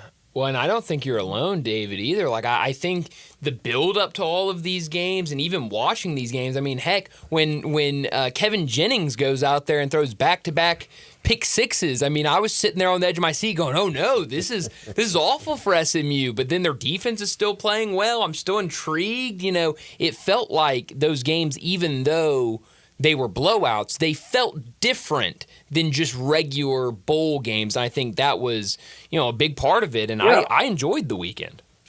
Yeah, no, exactly. They felt different, and look, again, I do this professionally, so the 12-team playoff has been very, very good to us for the last 6 to 8 weeks. More fan bases are engaged, more people are watching our content, and so that from a very selfish professional perspective, like, yes, of course, I want that. I love that. But also, like I said, what was the alternative? We could have had, like, Penn State, who already had multiple losses, just go play in a bowl game, like the bowl game last year, for instance, when Ole Miss and Penn State matched up. Well, that was one of the better bowl games outside of the college football playoff, but Chop Robinson opted out. Some other players opted out, right? Like, this was a better scenario to me. And to answer your question about should Boise State and Arizona State be on upset alert, sure. All the teams should be on upset alert. This is playoff football, right? And especially if you're one of these schools that, right, if there was an automatic exemption because you're a group of 5 team and you had to be in the playoff, yeah, you need to be ready to be on upset alert. You need to bring the best football you can possibly play, and that's what every coach should already be instructing their team. So again, I don't know. Obviously, if you just sat back and you were just hoping for incredible football games, then that didn't deliver. But I will say that every year we've had a playoff, there's been one of the games has been a blowout. Every year I watch the NFL playoffs, there's a non-competitive game somewhere in there. I watched the Dolphins go play the Chiefs. That was non-competitive. Most of the Super Bowls in my lifetime really haven't been close ball games. So I don't know. Yes, there are a lot of changes that need to happen. I would love to be in charge, guys, because I think I would put together a heck of a committee and we would solve a lot of the problems. Yeah. At the same time, I want people to not be so reactionary where every single moment needs to be a referendum on the sport just because there are some problems that still need to be solved. Yeah, I'm with you on that. David Cohn, he joins us every single week to talk college football, the co-host of Crane and Company. When you look at these next matchups, and we'll have more time to kind of talk about this, but when you look at these matchups for next week, where they stand right now, Penn State versus Boise State, Texas versus Arizona State, Ohio State versus Oregon, and Notre Dame versus Georgia, which matchups are you most looking forward to in the next round? Well, obviously, all eyes really are going to be on the Rose Bowl and then the Notre Dame and Georgia matchup for two very different reasons here. I mean, it is kind of enticing that we get Oregon-OSU as a rematch in the playoffs when a lot of people thought, and I thought, we would get that rematch in the Big Ten championship game, but because Michigan knocked the Buckeyes off, that sent Penn State. So, and that one's intriguing for a couple reasons too. Because the Buckeyes just played their best game, which I tried to warn people for a couple weeks now. I tried to say, if you only watch the Buckeyes once this year, and that was against Michigan because that's rivalry weekend, and your takeaway is that they're trash and they're very subpar, said, be very careful. Yes, they have started slow in a lot of games, and maybe this greatest roster ever assembled, won't live up to the hype in the playoffs. I'm just saying they have gamers all over the field, and when they put it together, and when Chip Kelly really puts it together as a play caller like he did on the road against Penn State earlier in the season, man, they are so dangerous. Well, I didn't think they'd be quite that effective the way they came out against that Tennessee defense, but they played their best game. They played their best game when they needed it most, when Ryan Day's back was most against the wall. My question now is, can it be replicated? And can it be replicated against a team that is the only undefeated team in college football? And look, it's very difficult to beat a good team twice. What Georgia was able to do to Texas in the SEC championship game after already sort of really, punching above their weight on the road in Austin when they were the underdogs, to beat Texas twice the way they did was very, very impressive. Now, Oregon's going to be in a similar situation, going to have to beat OSU twice. I think so for that reason, that game is going to be incredible. There's a lot of people who, all the spotlight now is on the Buckeyes because of their performance. Meanwhile, Oregon's kind of taking a back seat because they got the first round bye. I think that may play into this a little bit too, and certainly the line is tight. It was 2.5, maybe 1.5 when we talked about it on yesterday's show. The Notre Dame and Georgia, obviously very enticing for a different reason because we haven't seen that matchup this year, so there's one reason. But two, like I said, I think most of the country is wondering if this Notre Dame team can compete with the likes of the Georgia Bulldogs. Now, Georgia's interesting for a couple reasons. Obviously, it sounds like Carson Beck's not going to play, right? So Gunnar Stockton is going to play, the pride of Rabun County. I think he was a 5-star guy coming out himself. Georgia's going to put someone out there who can play quarterback, right? My question is, much of the season, Carson Beck was not playing his best football. I thought there were moments in the Alabama game in the first half where they might pull him out. They left him in there. He leads this big comeback. Georgia ends up losing the game. And then throughout the middle part of the season, when he's turning the football over at such a high rate, Georgia's points per game went up. It went up from 31 points per game to 34 points per game when he's throwing multiple interceptions. That's very odd. It's very weird. And this Georgia defense, they've given up more points in a lot of the games, like against Georgia Tech and against some other opponents that is sort of surprising. But then look what they did against Clemson. And I think Clemson's offense, you saw what a spark they had in the second half with Cade Klubnik against Texas. And look what that defense did in 2 performances against Quinn Ewers and Steve Sarkisian of the Texas Longhorns. I keep coming back to that. It's like when Kirby Smart puts his mind to it to have the sort of defensive performance that really shuts the other team down. They really are unbeatable. And I think that's going to be sort of the mantra for Kirby Smart to the team this weekend. Hey, we're going to be starting a new quarterback in Gunnar Stockton. Maybe he goes and delivers. Maybe we get a run game going. I don't know, but I know this. If we don't give up any points, if we don't let Riley Leonard and that Irish offense score any points, we can't lose the game. And I think you're going to see a heck of a defensive battle. And on the other side of that, I think Notre Dame's going to say, hey, if we can shut down the run and force this backup quarterback to put the football in the air, who knows? Maybe he'll turn it over a couple times. Maybe he'll throw it to us. Maybe we can get a strip sack fumble. So I'm expecting a defensive battle in that one, and it should be a heck of a game. Yeah. Last thing for you, David, before we let you go. Last week I guess it was a couple weeks ago now that this news came out, but it looks like Diego Pavia will get another year at Vanderbilt. He had been attempting to sue the NCAA for an extra year of eligibility, but now more information has come out based on these rulings. Diego Pavia, as of right now, is able to play next year, and I believe the injunction he received also says that if another court kind of reverses this, that neither he nor Vanderbilt would be punished for him playing next year. What do you make of this ruling, Diego Pavia getting another year because of his time he spent at JUCO, and what this could mean for the future of college football and those JUCO players?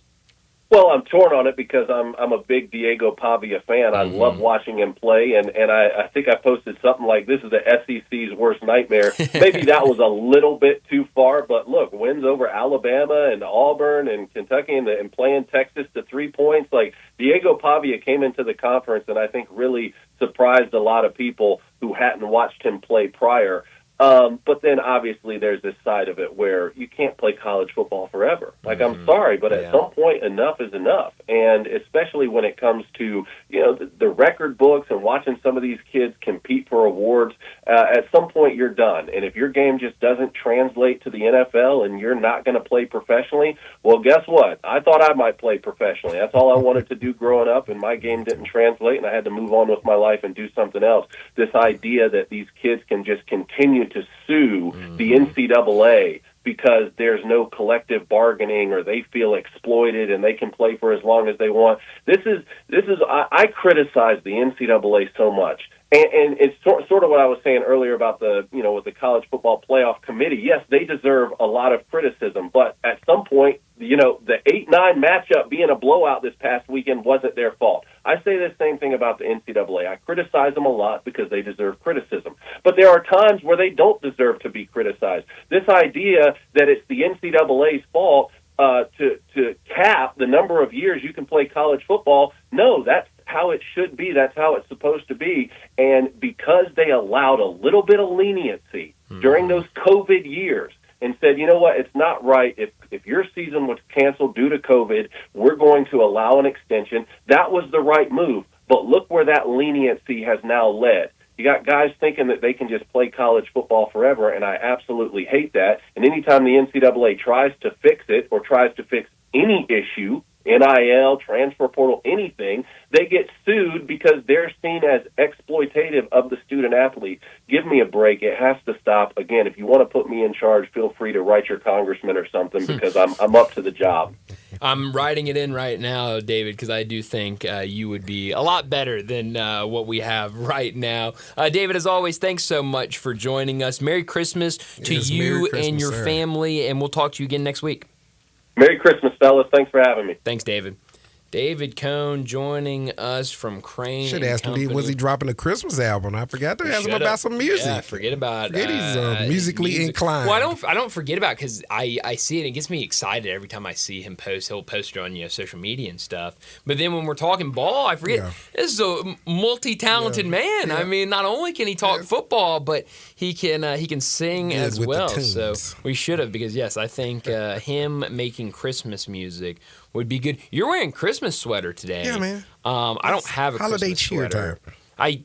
I have one, but I don't know where it is. I'm trying to make myself in the mood. This is one of the. Are you not in the Christmas mood? No. What does that mean? I guess usually I'm doing a lot of stuff, and this year this is one of the first years I'm clear headed. Like I work a lot, but as far as personally and professionally, it's like I'm in a good space. Sure. So I'm actually in a good mood, man. Normally, so you're holly and jolly. I'm holly and jolly. I'm not even gonna lie, man. Normally it's buy humbug, you gotta buy this, or buy humbug, you gotta do that. I'm actually doing it cheerfully. I'm doing it cheerfully this year. I still have some Christmas shopping. Mandy, how about you? What kind of Christmas you got going on? You still got presents to get, or? Dude, I started my Christmas shopping in August. Oh, I've been done since about October. I wish I was. You're gonna make a great husband. You know that? That's great husband stuff right there, dude. Well, I figured. I'm not. I figured the earlier I get started, the less I have to worry about it later. Great husbands do, man. I just took care of it. Yeah. And I'm also the kind of guy, it's frowned upon, but I listen to Christmas music year-round. Interesting. I listen to it in the dead heat of summer because it reminds you of what's about to come. Well, Christmas in July, right? Yeah, I mean, there is that.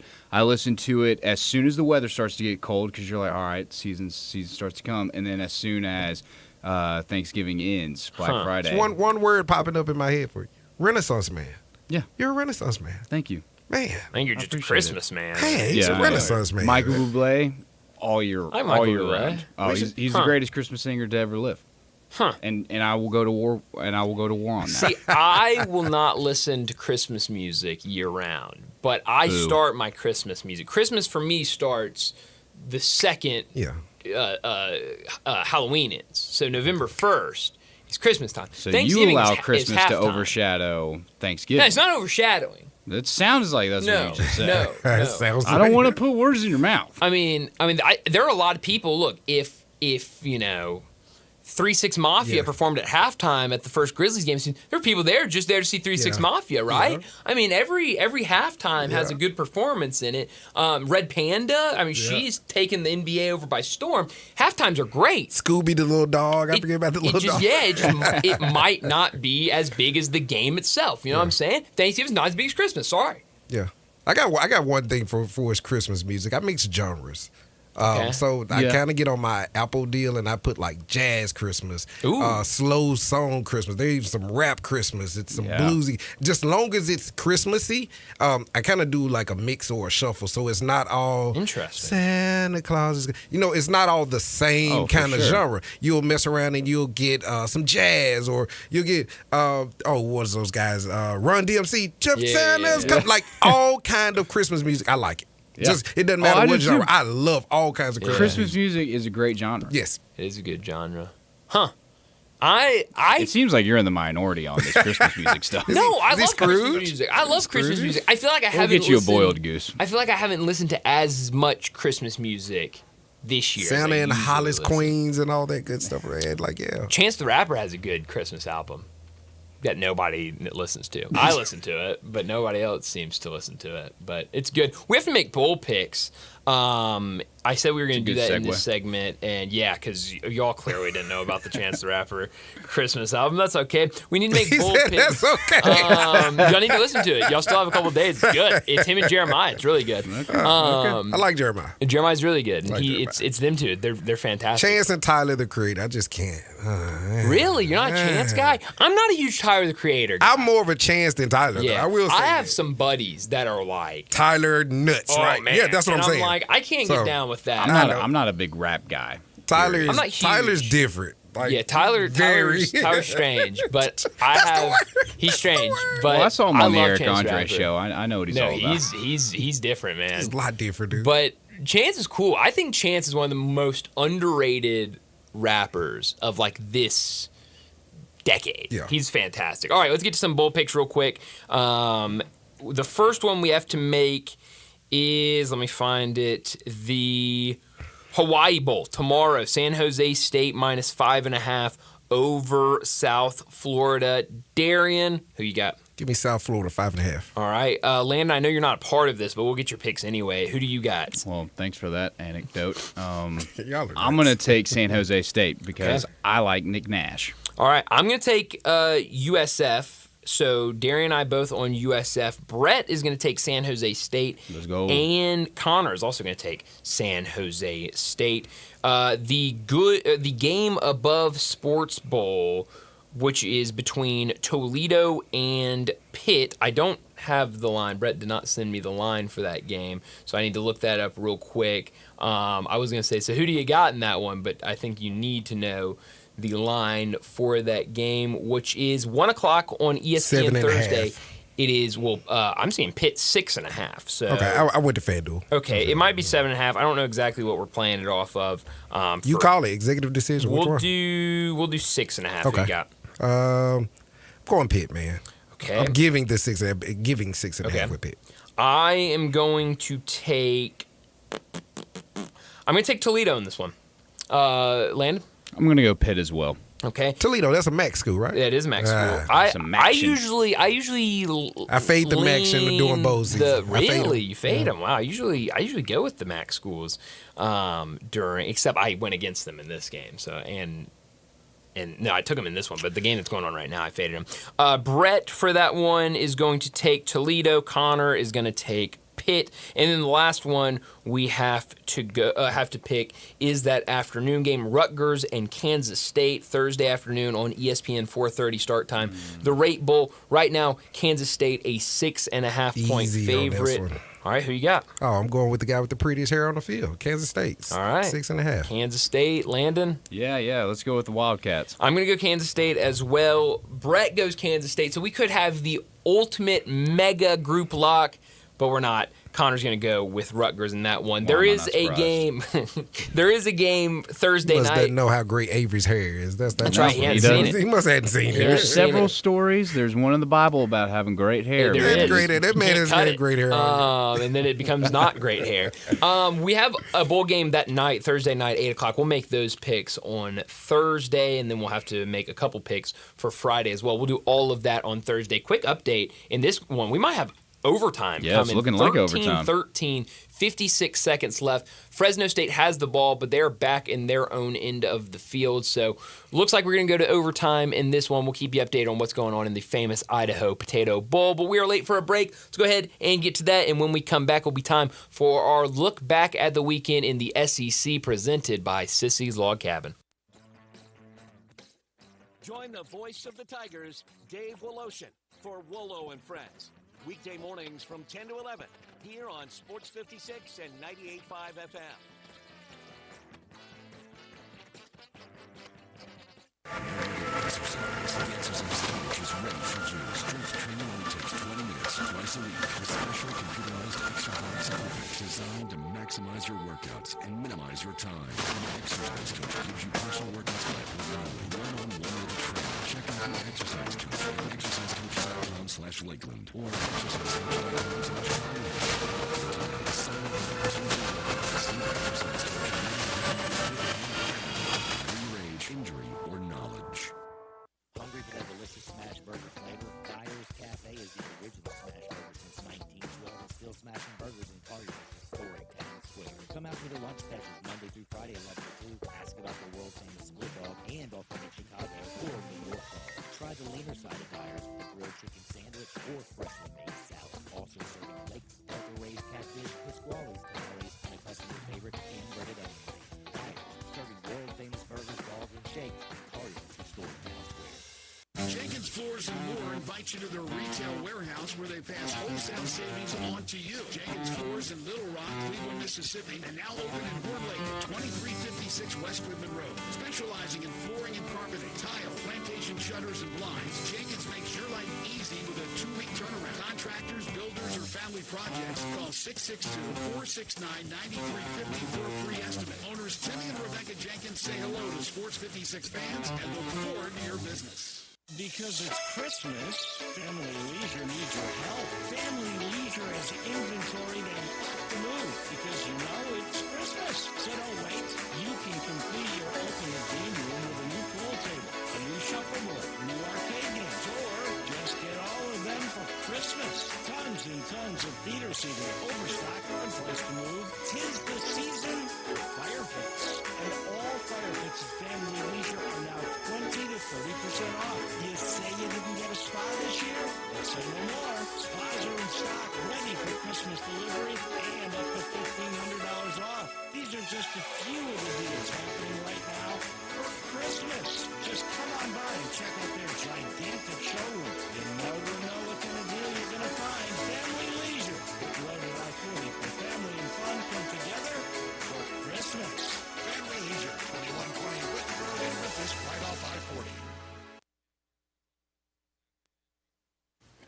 Nothing says holiday fun like driving home in a new All-Star Chevy. It's the Red Tag event in Olive Branch that could get you some big customer cash or financing as low as zero. How about a new Tahoe or Silverado? Maybe a new Blazer or Suburban. Together, let's drive into Christmas and the new year in a new All-Star Chevrolet. From All-Star Chevrolet in Olive Branch, first exit after you cross into Mississippi, take Kraft Goodman Road off Highway 78 and you're there. Some will have special financing and no payments until spring. Your good credit deserves it, and you get it at All-Star Chevrolet in Olive Branch, where all the new Silverados and Tahoes are, new 24s, new 25s.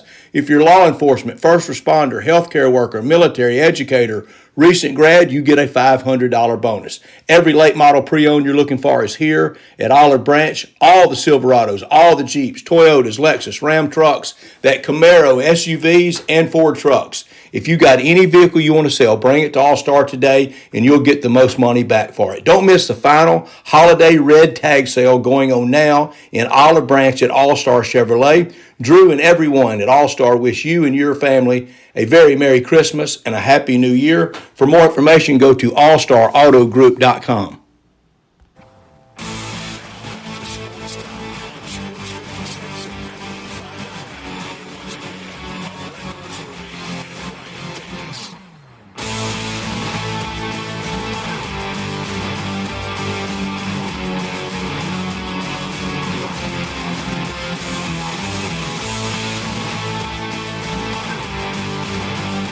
Five, 4, 3, 2, 1.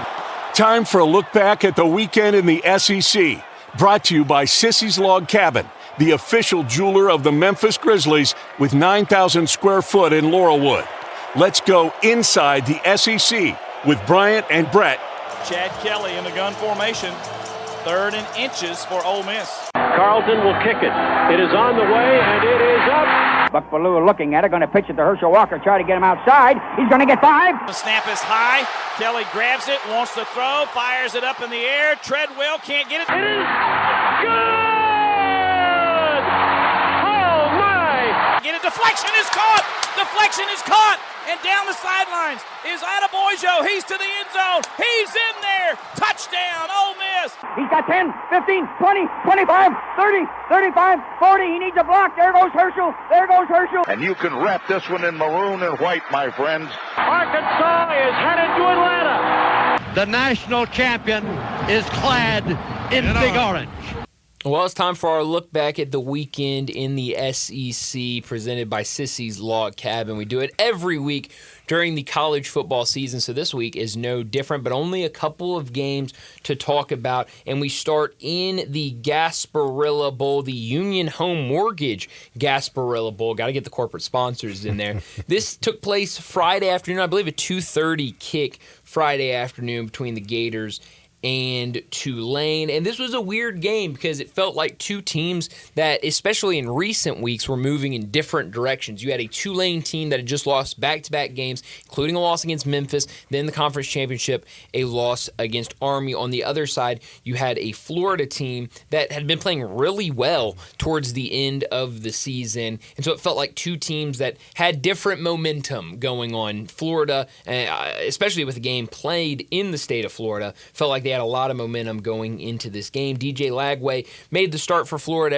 Everyone knew that was going to happen. He had a really good game, 305 yards, 22 for 35, 1 touchdown. He did have 2 interceptions. The Gators also ran for 224 yards and 2 touchdowns. On the other side, Tulane had no answers for the Florida Gators. The Florida defense pitching a shutout through most of the game. Tulane did score and get the 2-point conversion in the fourth quarter, but Ty Thompson, who came in from Oregon, I think a lot of people last offseason thought Ty Thompson would be the starting quarterback for Tulane this season. He was not. We know Darian Mensah was the starting quarterback all year for Tulane, but with Mensah transferring to to Duke, which, Darian, did you see how much money Darian Mensah is going to be making at Duke? So there's a story, just a quick aside. I know he committed this week. He committed last week to Duke after jumping in the transfer portal. I think he committed like 2 days later. But it was reported earlier today from CBS Sports and other people not affiliated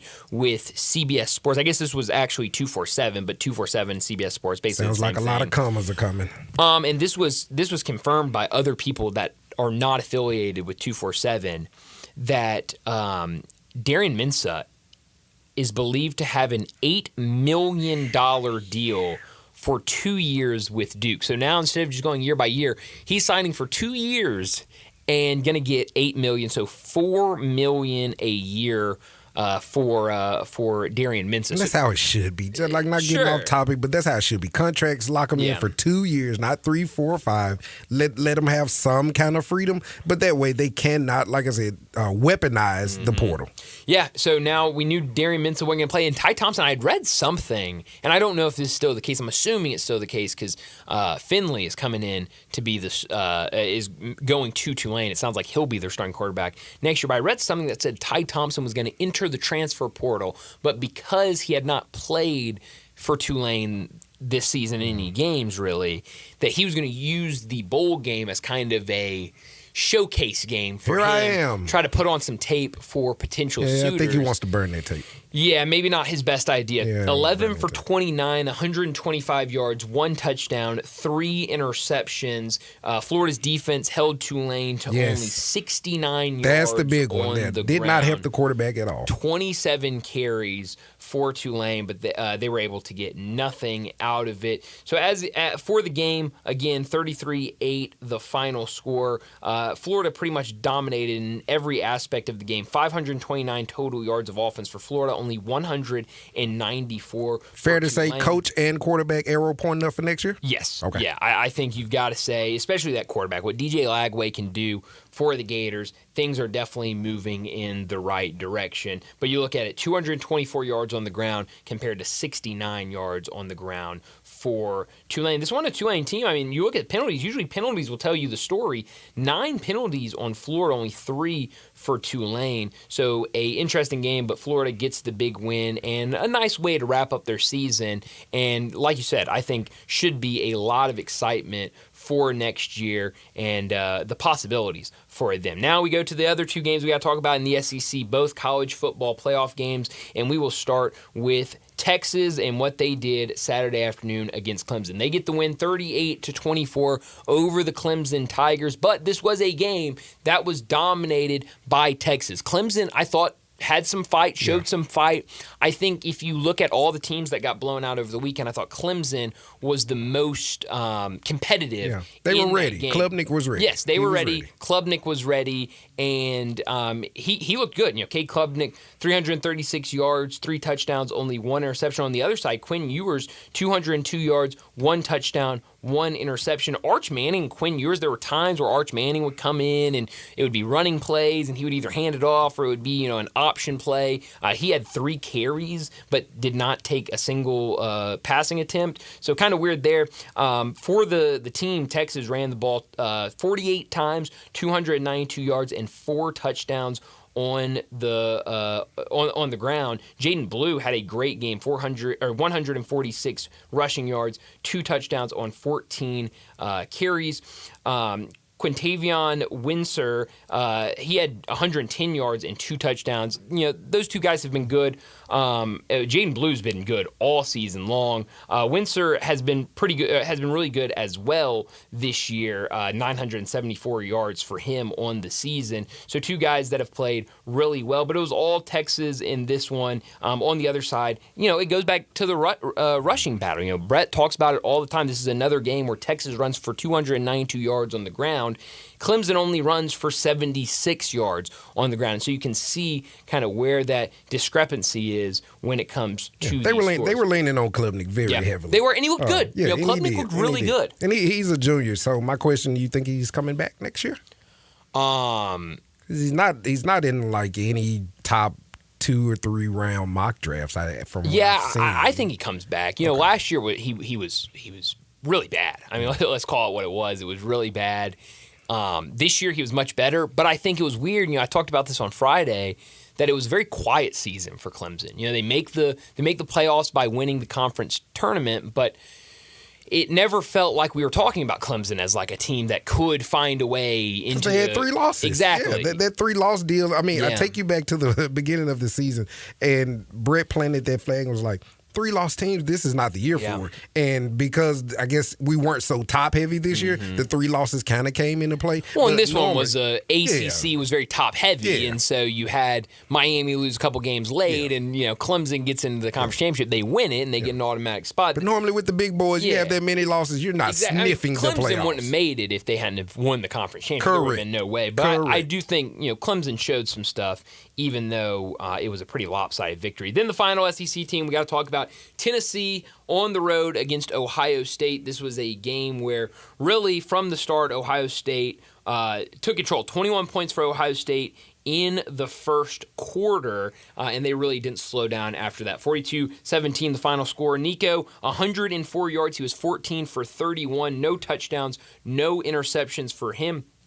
Tennessee ran for 152 yards on the ground and 2 touchdowns, but that was still less rushing yards than Ohio State. Ohio State ran for 156 yards and 4 touchdowns on the ground. Travion Henderson, 80 yards and 2 touchdowns for him. Quinshon Judkins, 34 yards and 2 touchdowns for him. On the other side, Peyton Lewis led the way for Tennessee on the ground, a guy that ran for 339 yards this season, a freshman, a guy that they think very highly of.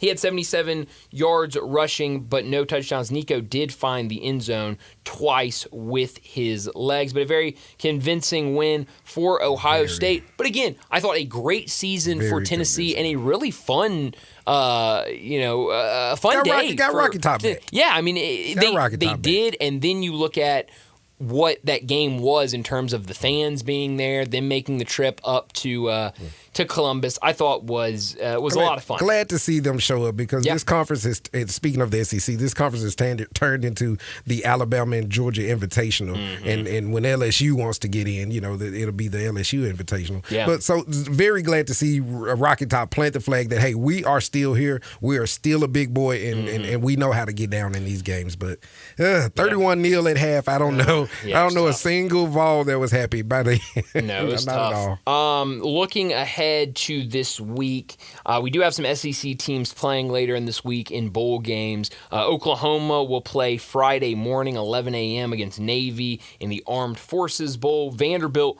will play Georgia Tech Friday afternoon. Anchor down, that's right, in the Birmingham Bowl. Arkansas will play Texas Tech here in Memphis at the AutoZone Liberty Bowl. Texas A&M that same night will play USC in the Las Vegas Bowl. And that is the last SEC team playing for a while until at least next week when we'll talk about them again.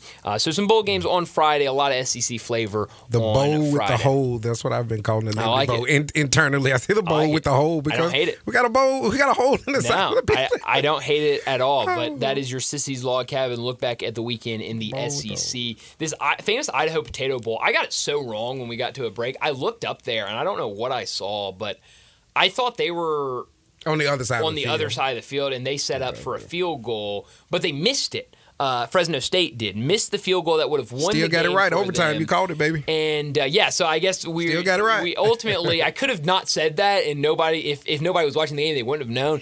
But we did have 3 missed field goals by the field goal kicker for Fresno State in this game. We're now in overtime, tied 20-20, going to the second overtime. I had the under in this game.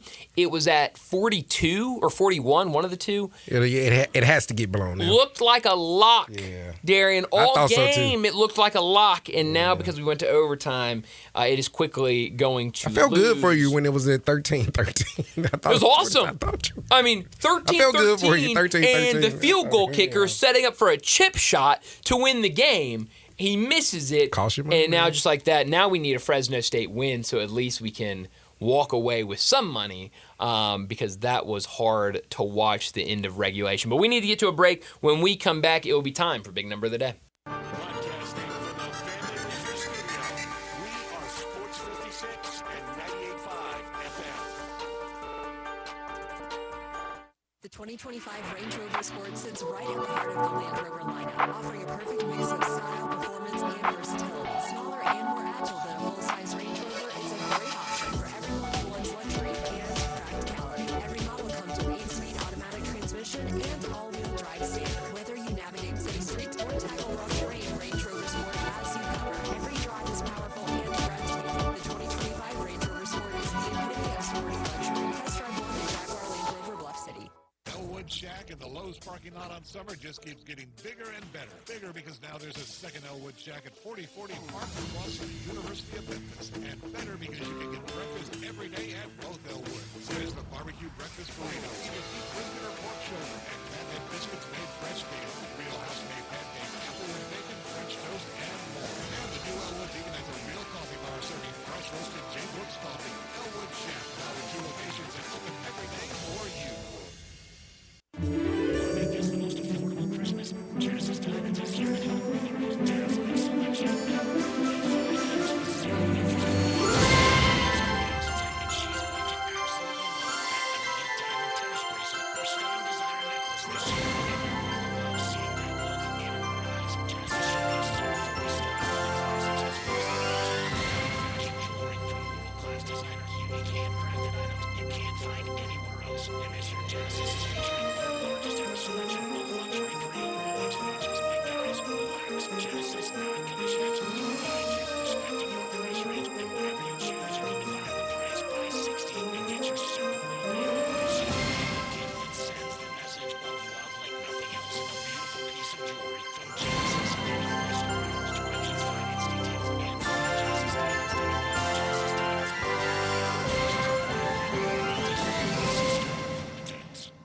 It's a holiday experience like no other. The Light Garden at Olive Branch City Park. It's a walk-through entertainment extravaganza with hundreds of giant 3D Christmas-like displays, photos with Santa, food and drinks, and special event nights including fireworks on New Year's Eve. New this year is a winter-inspired 18-hole miniature golf course. Bring the family out nightly through January 1st. Go to lightgarden.online for details and to buy tickets. Now stay tuned to Sports 56 and 98.5 FM for chances to win tickets to go see the Light Garden.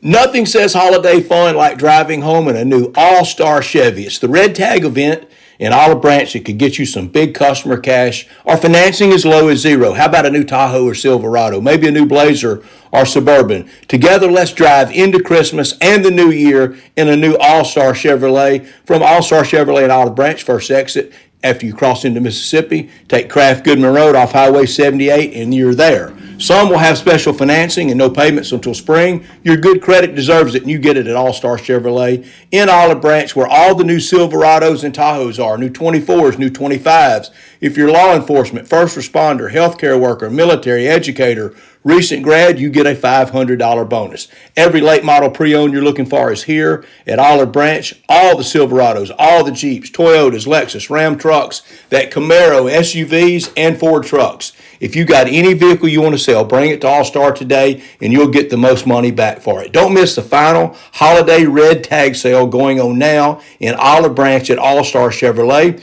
Drew and everyone at All-Star wish you and your family a very Merry Christmas and a Happy New Year. For more information, go to allstarautogroup.com.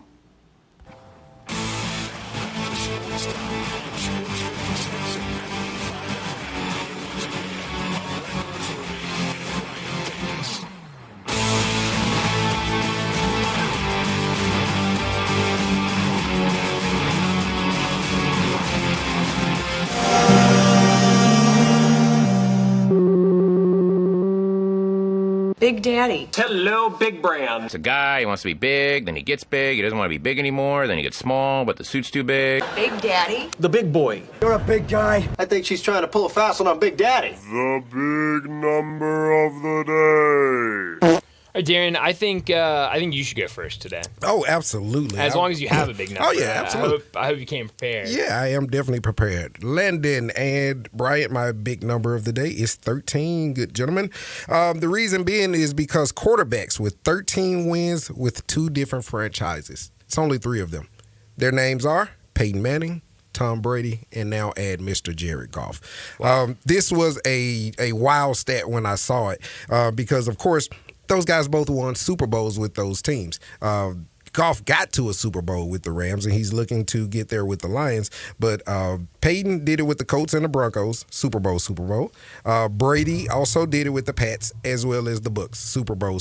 So Jared obviously can't go back in time and get a Super Bowl win with the Rams, but he can with the Lions. But I thought this was a great feat for him and someone that I've doubted for quite a long time. But the more you look at it, man's playing really good ball. He's not a game manager anymore. Yeah. He is the one putting up these astute numbers. So number is 13. Quarterbacks with 13 wins with 2 different franchises. I love it. Peyton, Manning, Tom Brady, and now Jared Goff. I love it. It's a really good big number. I have a very lazy big number today. So Go lazy, man. It's holidays. I hope y'all can forgive my laziness with this big number. I mean, when I tell you it's lazy, this is a very...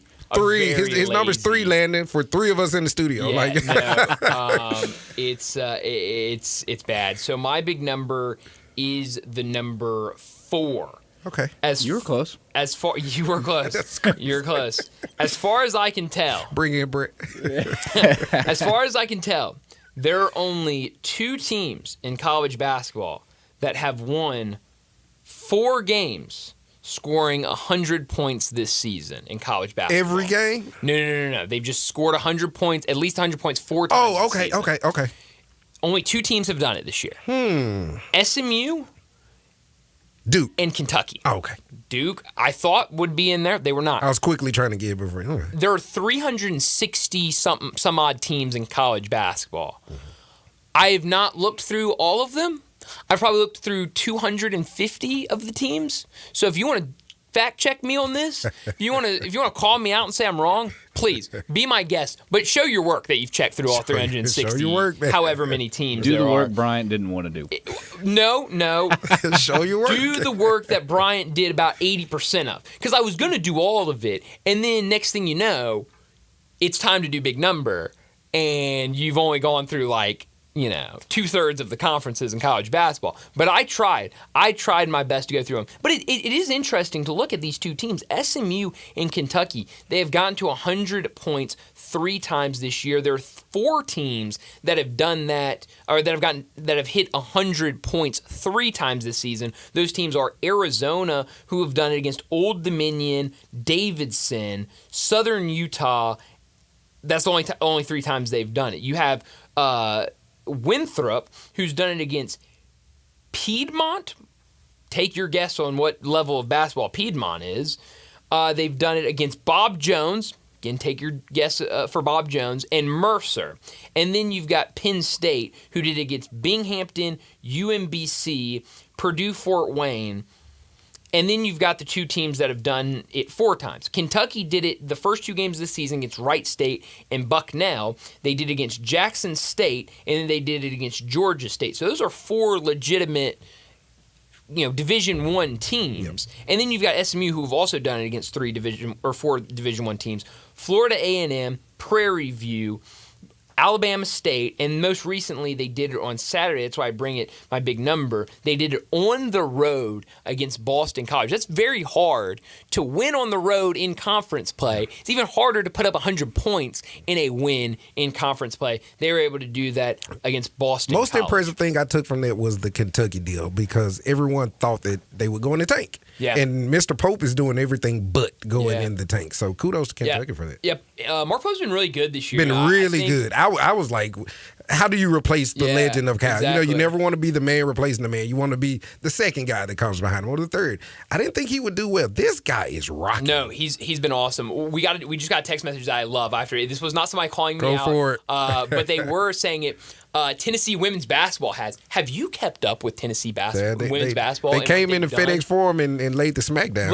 I want to pull that up. I know we need to get to a break, but I want to see these results because I have seen a couple of them. But the type of basketball they're playing, they set a record for the most made 3-pointers last weekend, I believe. And it's in the air. Sounds like our Grizzlies. It's crazy. So here's their results. They beat Samford 101-53. Yeah. They beat Liberty 109-93. High scoring game by both teams. They beat Western Carolina 102-50, and they beat NC Central 139-59, and then they beat Tulsa 102-61. Can I do a new big number 5? Because the Lady Volunteers, who are only ranked 15th in the country, by the way, have put up 100 points 5 times this season, and they're shooting. I'm curious, where are they shooting from 3? I don't think they hit 100 on our Lady Tigers, did they? No, they did not. They did not. They have attempted 421 3-pointers this year. Shout out to a lot of Steph threes. Curry. Steph Curry's changing threes. the game. Thank you for the text to the Sissy's Log Cabin listener line. You can also be a part of the show, 901-360-8255. Good stuff. Tennessee The potatoes are out. The potatoes are out. I don't want to talk about it. Overtime cost me both my potatoes are out. I'm not happy about it. But I did want to talk about SMU because I brought them up to say, I'm not saying look out for them to win the conference, the ACC in year one basketball, but they could be a team that to look out for in ACC play. They're playing good basketball right now, but everything runs through money Duke spent wisely North Carolina. from those people at that university. No, they definitely knew what they were doing. Well, let's go ahead and get to a break, wrap up this hour. When we come back, we're going to talk some Grizzlies. That's next on Sports Time.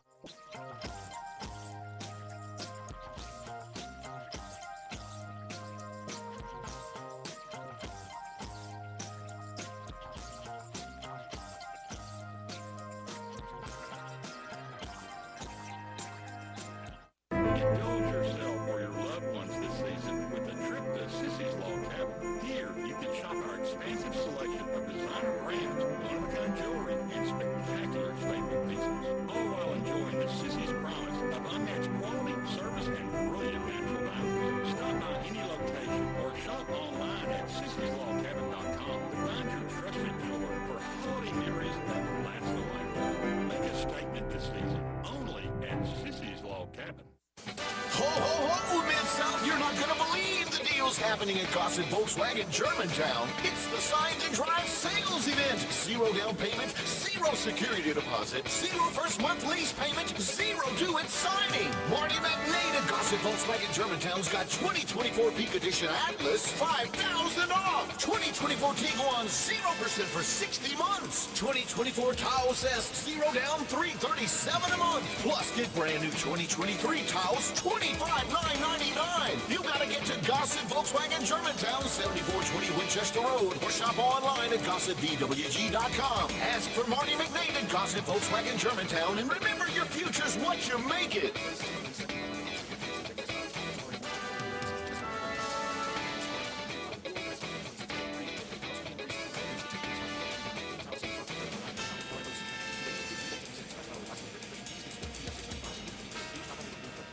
Because it's Christmas, Family Leisure needs your help. Family Leisure has inventory that you have to move because you know it's Christmas. So don't wait.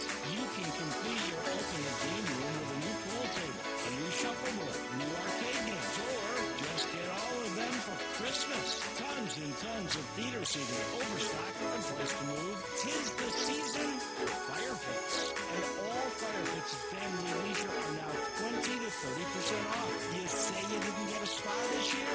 Let's say no more. Spas are in stock, ready for Christmas delivery, and up to $1,500 off. These are just a few of the deals happening right now for Christmas.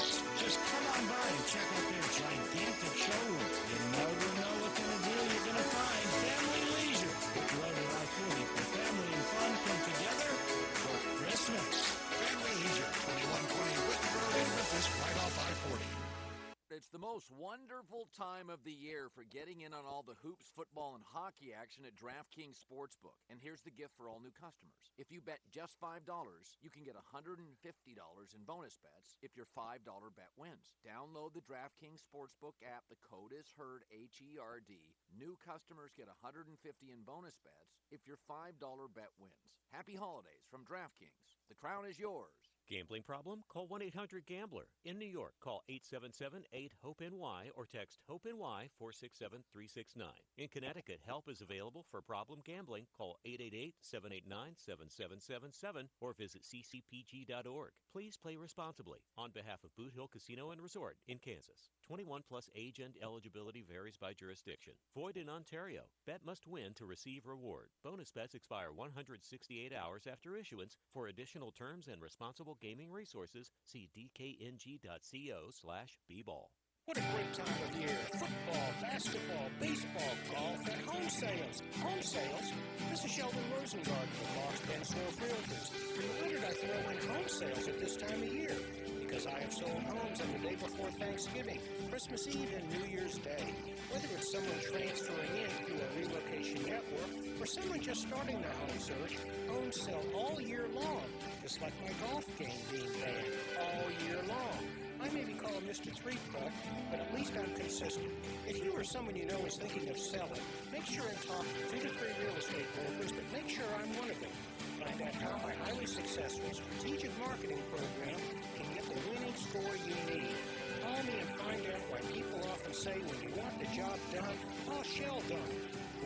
483-0546 or MemphisRelocate.com. Go for that goal and call me. Shell Done at 483-0546 or MemphisRelocate.com.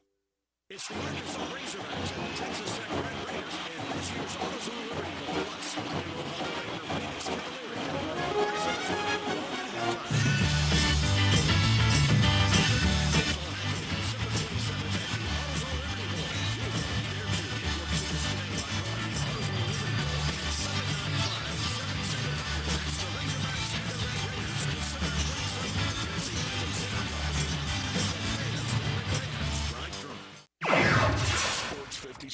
WHBQ Memphis and W253DF Memphis with Dave Willotion weekday mornings from 10 to 11. Now back to Sports Time on Sports 56 and 98.5 FM. This hour brought to you by Jaguar Land Rover once again. You say you stand by your man. Tell me something I don't understand.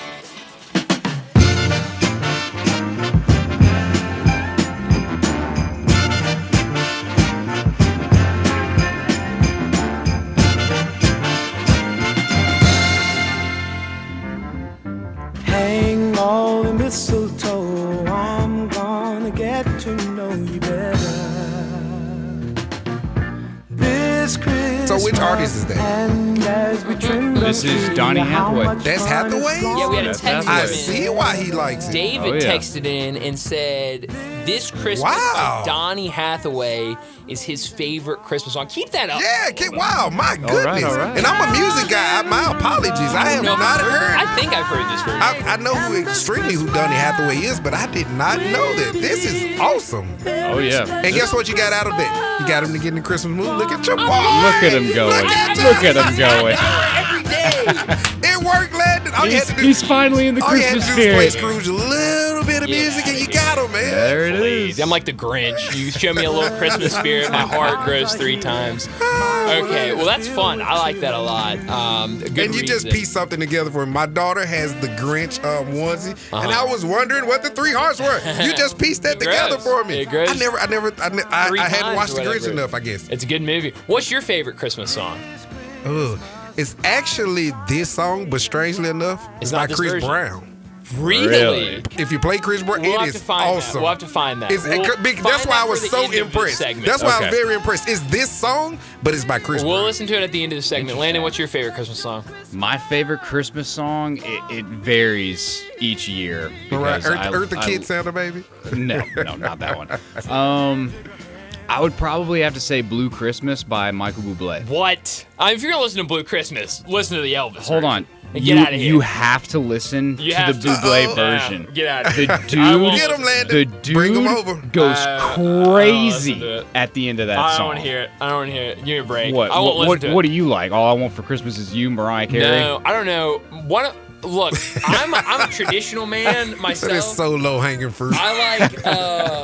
I like a lot of Elvis's Christmas songs. I'm an Elvis Christmas guy. Well, I'm a huge Elvis guy too, but you got to pay respect to Michael Bublé. No, I love Michael Bublé. He's fantastic. My favorite Christmas song, I don't know. Young Brian, have you ever heard Christmas Shoes? No. Very sad song. Very sad song. Oh my gosh, it's about like this kid. You're not supposed to be getting depressed, dude. We just played this song. I mean, it's a good song, happy. but this song is like it's like this kid that's in like this like store and he wants to buy these shoes. And mom's like, I think we were talking about that at the news station, and She's they were like, "You hadn't heard it?" Oh, it's such. Oh, and somebody broke out with the tunes. Young Bryant. Oh, get me crying. But we got to talk Grizzlies right now, and we might get into more Christmas That was later. awesome, y'all. Look at that. Christmas is almost here.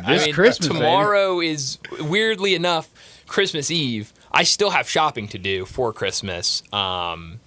So I got to get on that later tonight because I don't know what places are going to be open tomorrow. And then Christmas is on Wednesday. But let's start talking Grizzlies. We might get into some NBA because we have a really good slate of games on Christmas Day for Christmas. But the Grizzlies playing really good ball right now. They won their only game over the weekend. We talked about what they did Thursday night against the Golden State Warriors. They won again Saturday night against the Atlanta Hawks. And that's a good Atlanta Hawks team. They're a team that's much better than what they've shown the last couple of years. To the woodshed. Sure did. And 128-112, the final score of that game.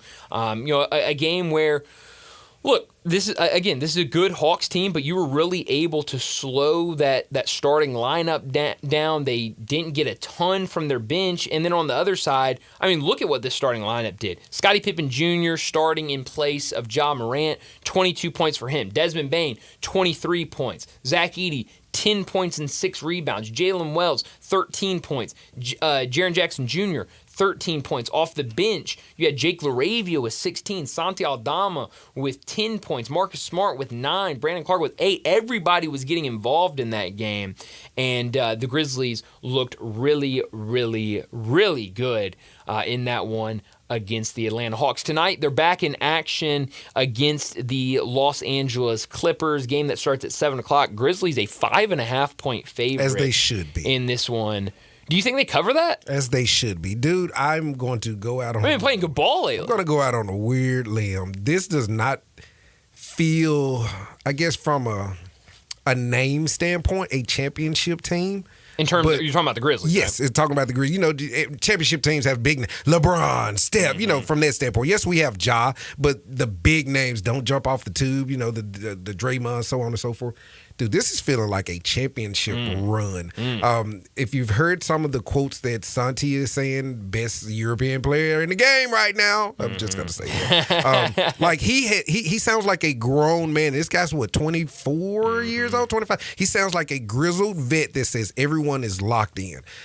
Marcus Smart has not made any bones about his playing time, whether he's starting, whether he's not. Only 23 years old. He's 23. Good, even better.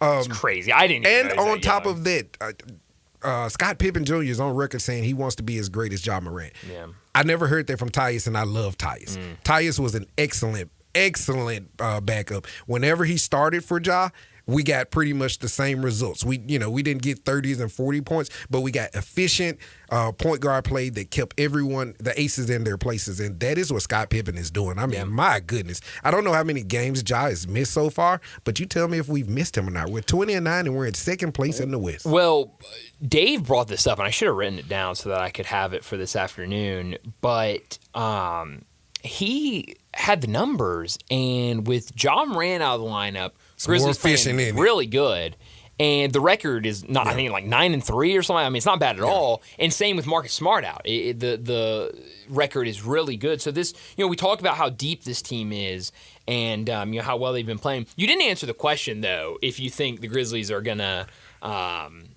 if they're gonna cover tonight. Oh yeah, what's say 5.5? Yeah, 5.5. 5.5. Yeah, I say yes. They've been playing extremely well. Right now, I'm not betting against these guys. And the reason is you'll get a 20-point game from Aldama. You'll get a 25, 30-point game from Pip Jr. And God bless Jaren Jackson Jr. I believe ever since I put my foot in and I don't think I've said it on air, I put my foot in my mouth with Brett. We were watching the game, and I just said, Brett, there's just something about Jaren that is not unlocked yet. You know, when Ja is not out there, he plays like a world beater. Mm-hmm. And when Ja comes back, he kind of gets into this shell of, I'm second fiddle, third fiddle. He is not. It's almost like he heard us talking up there. He is not playing that way. This guy is playing all pro basketball. I mean, he's dynamic right now. And I apologize, Jaron. No. I do. I mean, look, no, that's a good point because I think that is what he's done the last, really ever since. All season. Well, and not even, but this year's been different. It's been different. the years he's before. Different. Yeah, he's different. Where, when Ja's out there, he's just kind of, okay, I'm over here. And speaking offensively, because he was always Block Panther, guy has a defensive player of the year in his back pocket. So I'm speaking specifically offensively. No, he's been fantastic this year. Looking at the status report tonight, out Jay Huff and Marcus Smart both out, and then we know Gigi Jackson and Vince Williams have been and will be out. Ja good to go with that bat? It looks like, Ja Morant is not listed on here. He's listed as doubtful in the game against Atlanta, so it looks like he will be back tonight, I hope. But Desmond Bane is questionable tonight against the Clippers. And I believe DeMichael Cole said he was not out there at shoot-around this morning dealing with an illness. So let's see what he had to say earlier. No Desmond Bane at shoot-around this morning dealing with an illness. We'll see what that means for the game, for his game status. So it looks like he's questionable for tonight's game, and we'll see if he's able to go. But yes, it looks like Ja Morant is good to go tonight. There's a YouTube video that our old buddy Jay Morgan Harder sent me over the weekend, and I think you should go watch it. I think a lot of people should go watch it. Talking about the Grizzlies and this offense that they're running. I don't know if because I've watched pretty much every Grizzly game that I can this year. And it never really jumped out to me as like, oh my gosh, this is exactly what they're doing on the court. But when I watch this video and they kind of slow it down and they're pointing things out, you can easily see that what they're doing is different. They have almost completely eliminated ball screens in their offense. Not completely, but in terms of what the rest of the NBA is doing, they are doing it at way less than what other teams are doing. And what they're doing is it's more of... It's not inviting the double team. Right. It's almost like a... one-on-one basketball.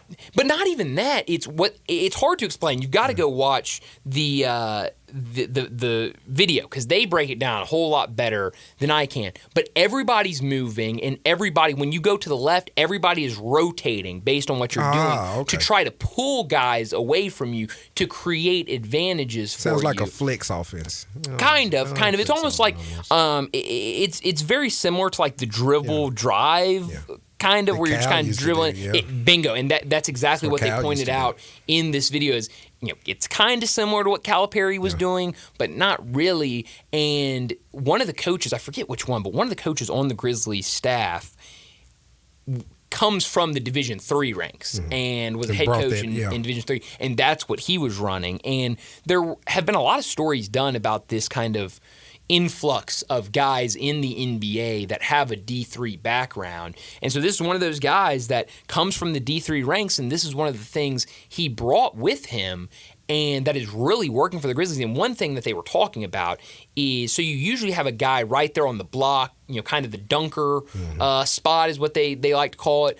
Well, what the Grizzlies are doing is instead of just having that guy stand there and maybe post up at the dunker spot, he's flaring out to the corner, and then he has an option there where if you kind of drive right, he can go back to that dunker spot. If not, he can stay out there so that guy that's guarding him has to be drawn out to the 3-point line. Yes. Got to make a decision. And another thing is they're moving so fast. They have so many guys. I mean, we talk about it. look at this. Look at the starting lineup. We'll just go to Saturday's starting lineup for the Grizzlies. Scottie Pippen is a point guard. He can bring the ball up. John Moran, if he's playing, he's a point guard. He can bring it up. Desmond Bain can bring the ball up. Yep. Jalen Wells can bring the ball up. Yep. Jaren Jackson can bring the ball up. Jay Huff, even though he's a center when he's playing, they're very comfortable with him bringing the ball up. The only guy that I would say they're probably not very comfortable bringing the ball up is Zach Edey, and that's not it. And he is of no consequence to do it. No, and so it was really interesting. Let me find the title of it is the NBA team not running pick and rolls, and it's a very informative video about what the Grizzlies are doing right now and kind of how they're creating advantages in different ways. Here were some of the things that they were bringing up, and I didn't know these. According to PBPstats.com, this year's Memphis Grizzlies team is the second fastest NBA offense since 1997. The only team that's faster than them is the 2018-2019 Oklahoma City Thunder, who ran 12.47 seconds per first 100% while Russell Westbrook in one of those triple-double MVP seasons. Yep. Let's see, we're like one of those Golden State teams. Golden State's not even up there. Yeah. Sacramento, which a couple years back, was really fast. They're way down there. But the Grizzlies, right behind OKC. In terms of ball screens and handoffs, the league average is about 89 ball screens plus handoffs per 100 possessions. The Grizzlies right now are averaging 20. About like 43-ish. Okay. So they have completely eliminated this, and you've seen their offense take a huge jump. This is one of the biggest year-to-year offensive improvements that you've seen in NBA history. And you could say a lot of that has to do with just everybody being healthy, right? Like that's the easiest one is like John Morant's playing, Jaren Jackson's playing, Desmond Bain's playing. All these guys that didn't play the entire season last year are back. But this offense has run. I would say if you're watching tonight, pay attention to how infrequent they haven't eliminated him completely. This guy even went on to talk about how John Morant is so good off of pick and rolls. That's his game, is working the pick and roll, throwing that lob or taking it to the basket. So it's not. They do it a lot more when John Morant's out, when he's on the bench. When Ja's in, they run a lot of ball. They'll do more ball screens and stuff like that. Yeah. But I would say, pay attention to that tonight against the Clippers because that's certainly what I'll be watching after watching this video. And go check out that YouTube video. Yeah. Really, really informative in terms of kind of what the Grizzlies are doing to create different advantages that other teams, because it's back to, and I was at this wedding over the weekend, and me and my buddy were talking about, he's kind of a guy that isn't a huge sports fan, but keeps up with it a little bit. Casual fan. Yeah, and he was asking me, he was like, why in the NBA do they not run anything? And I was like, no, they're running stuff. Yeah. I was like, but it's just so fluid and small stuff. It doesn't look like college ball. Exactly. Yeah. They're not running horns. They're not coming down and running horns or anything because at that level, in the NBA, you're the best of the best. All too. Everybody knows. Okay, they're running some sort of horns. We know what it's gonna look like. And so they're doing a lot of ball screens. They're doing a lot of like kind of little stuff. And the Grizzlies are finding ways to kind of change that, and it's leading to a lot of success on the court. I think they even had a clip of somebody who is it? Draymond, and they're talking about how like this offense is really weird that they run. It's very different. It's not normal. So I've really been impressed. Like you said, this could be a team that makes a run. And with that said, I want to ask you a quick question. Looking at the standings right now, okay. If the playoffs, let's play this game. If the playoffs started now, I love that game. Grizzlies versus Warriors, 7-game series. Who you got? Grizzlies versus Warriors, 7-game Grizzlies has home court advantage.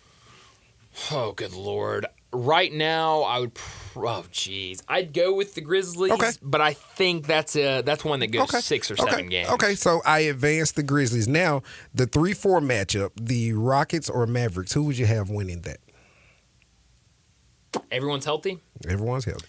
I'll go with the Mavericks. Okay, so Close, now you have Mavericks versus Grizzlies to get to the Western Conference Finals. In this situation, Grizzlies would have home court. Grizzlies home court versus Mavericks, 7-game series to get Western Conference Finals. Who you got? I'd lean Mavericks right now, but I still think that could go either way. I think that'd be a good series. Okay. I mean, I could see the Mavericks because if they steal one in town, then now there's a snowball chance. That's a team that they have two superstars, and they have they just got to the finals. They were just there. They have that experience. But the path is there. The path is there. That's what I'm getting. Where Being are in the 2 Grizzlies seed right now? Right now, they're in the 2 seed. They're in the 2 spot right now. And like I said, the playoffs started now. They would have the Warriors and of course the Rockets and Mavericks. If it kind of advanced, that's who they would get in the next round. But right now, it's looking pretty good. I mean, you don't want to admit the Thunder. The Thunder feels like how we were, really, really young and arrogant. It still feels like they have a few more steps to get to. I don't think Shea. I know he's a superstar. Yeah. I know he's an MVP candidate. But it was a game a couple of days ago. It just doesn't seem like he can carry them through the playoffs. NBA Cup. Was it that? I think it was the NBA Cup final. It was after Tuesday. That game, it felt like a lot of people were like, "Okay, this OKC team has more like they're good. They're definitely good. He can get them to the playoffs, maybe to the second round, but does he have enough guile to get them to the Western Conference Finals and to the finals is kind of yet to be determined. So I still think they're a year or so away from being, absolutely ready. And I'm pretty sure people said that about the Grizzlies, and then we go and make a Western Conference Finals, so on and so forth. But I got a lot of faith in these guys right now, man. They don't have the big name value, but everyone contributes. Everyone knows their role, and they have adults on the team. They don't have the Draymond Green antics. God bless my man in Houston. What's my man we sent to Houston? Dylan. Dylan, yeah. I didn't know. I was now thinking, but Steven Adams in there. Dylan had moxie, but Dylan also brought a little bit of childish behavior along with it. But I guess we don't need that moxie anymore. Those intros where the Grizz come out to the great music and the great videos and things like that. All of that stuff was led by Dylan. I used to like it too. Steven Adams got traded, or maybe he's just been in trade talks. Is that right? Is he still with Rockets? He's still with the I Rockets. think so. Yeah. But Dylan brought a little something. But, he did, but you're right. But you don't need that, apparently. I thought we did. When we lost it, I said, there goes our toughness. There goes our moxie. You don't need that. So shout out Taylor Jenkins, man. He's been doing a really good job. Wednesday, a really good slate with NBA. We know Christmas Day and what that means for the NBA. A lot of people will tell you it's the unofficial start of That's what John Harden would say. Season. Yes, I think there are people that would agree with him. John Harden say. So starts off at 11, Spurs, Knicks, then 1:30, Timberwolves, Mavericks, 4 o'clock, 76ers, Celtics, 7 o'clock, Lakers, Warriors, and then 9:30, Nuggets, Suns. They have it set up. In years past, they've done it to where I think at least one game overlapped with another, but this year they have it set up to where it's just going to be one after the other, after the other, after the other. And an interesting twist this year, they're going to have on Disney Plus. Oh yeah, the animated deal. Animated NBA with Mickey Mouse and the gang. I guess what they say, greatness imitates greatness. That's what the NFL did, and now the NBA is biting a little bit. And I guess it worked. I actually had an adult cousin. My cousin, I told you, he hit me. He said the 1, 2, 3 Cancun. He actually watched the animated deal with the Simpsons. He's like, Homer's throwing footballs, and of course he's a 50-year-old man. And I don't know what he got out of it. I was like, dude, I'm not watching them over the Peyton Manning cast. Like, I just can't. I mean, it's interesting how they've been doing this because I think the idea is interesting, and I don't remember exactly where it started. I know Nickelodeon did kind of the... I'm trying to think. Nickelodeon started with was it the Super Bowl? No, I think the Super Bowl. It wasn't the Super Bowl. Games? It was like playoff games or something. And they did it on Nickelodeon but it wasn't like this where it was completely animated. It was just they would have stuff like on top with the goo and all of this. Yes. I remember... I don't know if it was the first, but they did it for hockey one year, and it was one of the Disney animated shows, and they did the whole thing. Then it moved to the NFL, and they did it with a couple of games, and now they're going to try it with the NBA. And I guess a good idea. I mean, if it gets some people interested, I'll watch. Like I'll tune in to see what it looks like. Give it a chance. I won't be watching every minute of it. Christmas is so loaded with sports. I won't have time for it. You got what? 5 NBA games on. 2 NFL games on. And a day of college basketball with the Diamond Head Classic. That's right. You have any college football No college football. Not on Christmas Day. You'll have one game tomorrow. So tomorrow I got the in-laws coming over, so we'll go ahead and get that in and out so I don't have to share my television. That's right. So, that's smart. Heady play, I guess. Hey, man, the mother-in-law and daddy-in-law, they don't watch sports, man. Well, hey.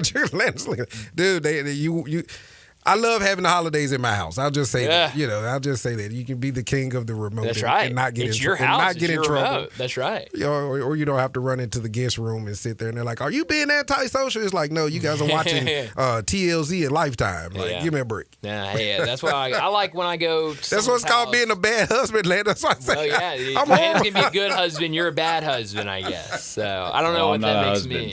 Well, you're going to be a good husband is what. That's what I'm hearing. That's what you're hearing. Hopefully I live up. Hopefully I live up to these expectations. Baby. That's what I'm talking Hopefully about. I'm just like a middle of the road husband. Yeah. I see John Harden's book. Be a guide to great husband. No, he's definitely. I've read. Is there a signed copy? I've read it 6 times. I don't know. I don't know if he's the one that needs to be writing that book.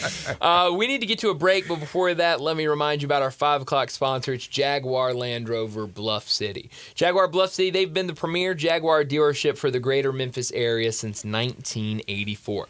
The talented team, they're ready to help you find your next perfect vehicle at unbeatable rates. Swing by Jaguar Land Rover Bluff City today and check out the new 2025 models like the 2025 Range Rover Sport, 2025 Range Rover Velar, and the 2025 Defender. Test drive the Range Rover Sport, where luxury meets performance. It's a perfect mix of style, performance, and versatility, with options ranging from 360 horsepower up to 635. It's also available as a plug-in hybrid electric vehicle with $7,500 federal tax credit when leased with approved credit. Take a look at the Range Rover Velar, powered by mild hybrid technology and enhanced with the latest well-being features and fully connected entertainment system. The Range Rover Velar is the ultimate luxury compact crossover. Purchase yours today and get special 4.4% for 72 months financing available with approved credit. Don't forget about the Defender. Available in multiple models to fit your needs, the Defender is built for the modern explorer, and Jaguar Bluff City is offering special interest rates for 60 and 72 months on various models. Give them a call, 877-259-6169. Go online, jaguarbluffcity.com, but please go out and give them a visit, 6335 Wheel Cove, right there off of Quince for Bluff City Jaguar. Well, let's get to another break, and when we come back, it'll be time for our Monday Night Football pick and preview.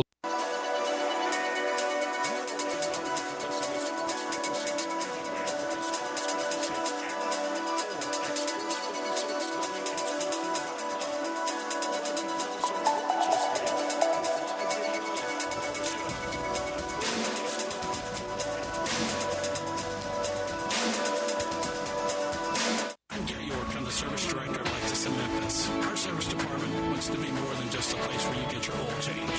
We do glass repair, windshield replacement, recalibration of your camera and sonar systems, even wheel repair, tire replacement, all the things you would expect from a luxury automotive dealer. Please check out our website. You can schedule your appointment, check out our specials, hours of operation, or if you'd like to do it in person, please reach out to one of our associates at 901-271-5199.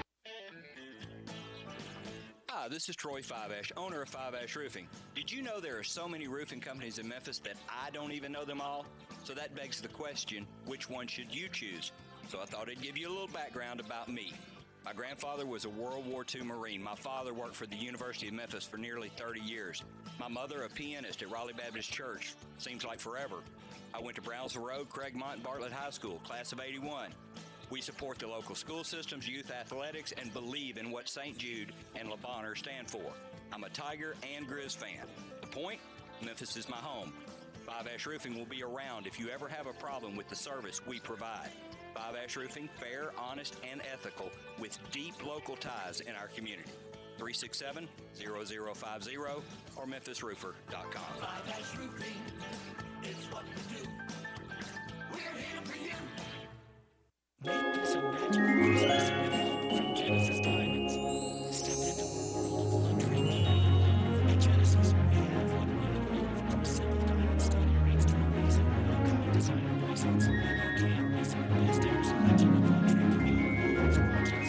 Full time December, Genesis is making everything affordable with 5 years, 0 interest financing. Just $1 price by 60. Let your payment or show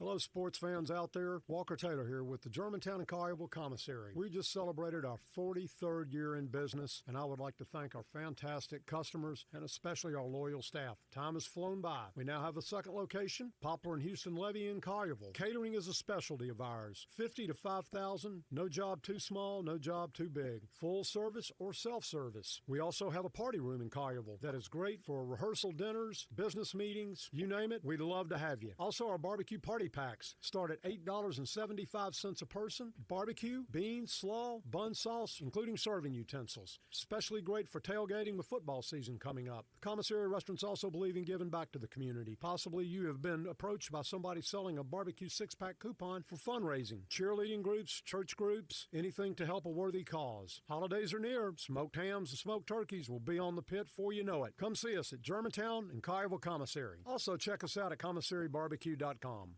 Now, back to Sports Time on Sports 56 and 98.5 FM. This hour brought to you by Jaguar Land Rover Bluff City. Here once again are Greg Roseworthy and Brian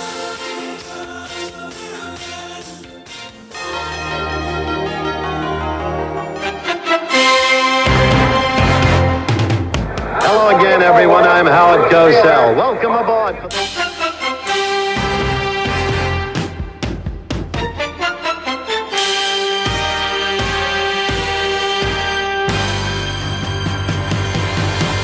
ABC's Monday Night Football. All right, it's Monday, so you know what that means. We have Monday Night Football. Second to last Monday Night Football game of the season. Yeah, it's hard to believe. Saints and Packers tonight. We'll have all of the coverage right here on Sports 56. Pregame starting at 6:30.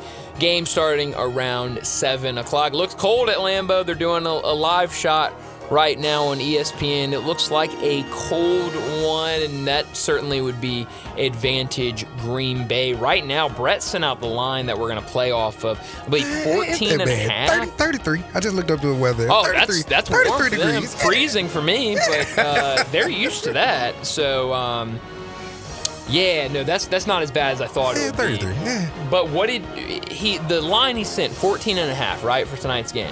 14 and a half. All right, that is an interesting number. 14 and a hook 'em. I think. I don't know where I'm going to... When you look at this game, it's very clear. You've got a Saints team that has really struggled.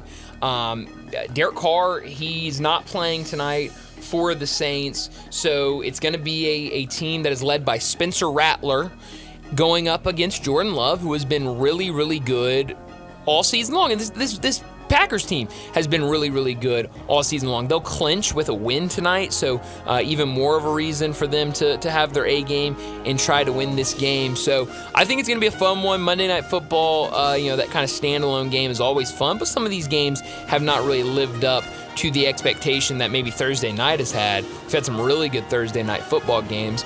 But let's go ahead. Your pick for tonight's game. All right. And what a little news that just happened. Got this 25 minutes ago. Okay. Packers will be out Pro Bowler Jair Alexander tonight. Really? So, yeah. Okay. All right. That should have affected our line, people. But needless to say, Packers look good. Didn't expect this from Love. I absolutely didn't. This is another guy that is shocking me with the way he's playing, but I'm going to lay it. If you're going out here and you're saying this is to get us in the big dance where anything can happen, running backs, they can run the ball. They have two really good running backs. Christian Watson, a little bit unsure-handedly sometimes, but playing a little better of late. I think they get it done. Big, I'm going to give you the 14.5 and the hook 'em. I'm going to give it. All right. Going Packers. I believe, let me find in I was trying to finish my my big four for both of these teams. So forgive me for being a little slow on the draw. Okay. Do you know Brett's pick? No. I have my big fours as well, too. Oh, no. I want to get to these picks first before we do that. Brett is going to take Green Bay. Connor's going to take Green Bay. Landon's going to take Green Bay. Wow. So another opportunity for the mega group lock. Mega. Emphasis on mega. Because there's 5 of us. That would be crazy if we all picked Green Bay. We're not going to. I'm going to take the Saints. 14.5. And we're not going to. You big number. I know the Saints have not been good. It is a big number for an NFL game. That's huge. That means you have to win by at least 2 touchdowns and a field goal at the very least. And a team that has Alvin Kamara on it can score at any moment. Spencer Rattler, he's a good player. I mean, I don't think he's starting quarterback NFL level player, but I think he can do things. I think the one thing, and the Saints are bad, but they're not horrible. They have 5 wins. Right. So, I mean, they give or take some, ball bounces right here or there. But the big thing is they're playing outdoors. They're an inside team. That's right. So, that may be a huge factor. But the weather's not that bad. It's only 33 degrees there. And you look at what they've done in their last 5 games. They're 3-2 in their last 5. The 2 losses, one came by 7 points against Los Angeles. The loss last week against Washington came by 1 point. You even go further back.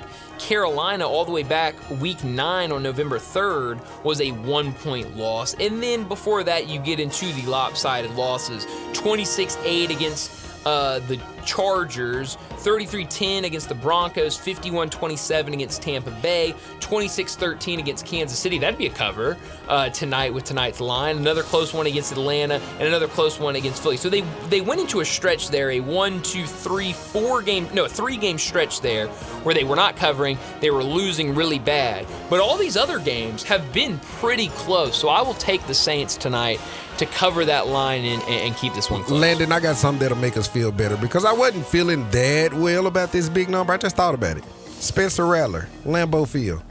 Hell, I'd lay 20 tonight now that I think about it. Now that I think about it. That makes me feel a little bit better. Now that I better. think about it, that's Lambeau Field, baby. That's not an easy place to go. Yeah. I mean, once upon a time, it was an aura for you to even come in there. Not sure if you remember, but Mike Vick was the first visiting team player quarterback to actually go in Lambeau and win a playoff game there. Look how long that was. That was ages. All right, Darren, calm down. We're not talking about winning the game. No. We're just talking about covering 14.5. Hey, I don't think he's going to cover. Okay. I don't think Spencer Rattler's going to do a thing tonight, Speaking of Mike Vick, they were showing earlier during one of those bowl games, Michael Vick in his introductory press conference at Norfolk State, wearing the varsity jacket, holding up the jersey. That'll be fun to see what Michael Vick can do as a head coach at the FCS and level. to give you some context, it's like Penny coaching the Tigers. He's a DMV boy. He's the Maryland, Washington D.C., Virginia area. So he's coming home. He's going to have a lot of pressure and still lives in that area. Still lives in that area. Allen Iverson, there, some famous people from there. Kevin Durant. All of that's their area, man, and they're going to support him. So that'd be cool. Let's get to our big four. So this big four is one list for the Saints, one list for the Packers. Best players for the 21st century with a 3-year minimum. I will start with Brett's big four. We will start with the Packers. Number 4, Chad Clifton. Number 3, Charles Woodson. Number 2, Aaron Rodgers. And number 1, Brett Favre. Your big four for the Packers. All right, I definitely left Charles Woodson out. That's one thing that stood out. But one of my guys, number 4, I got Amon Green. He's number 4. At number 3, I have Devontae Big Time Adams. Okay.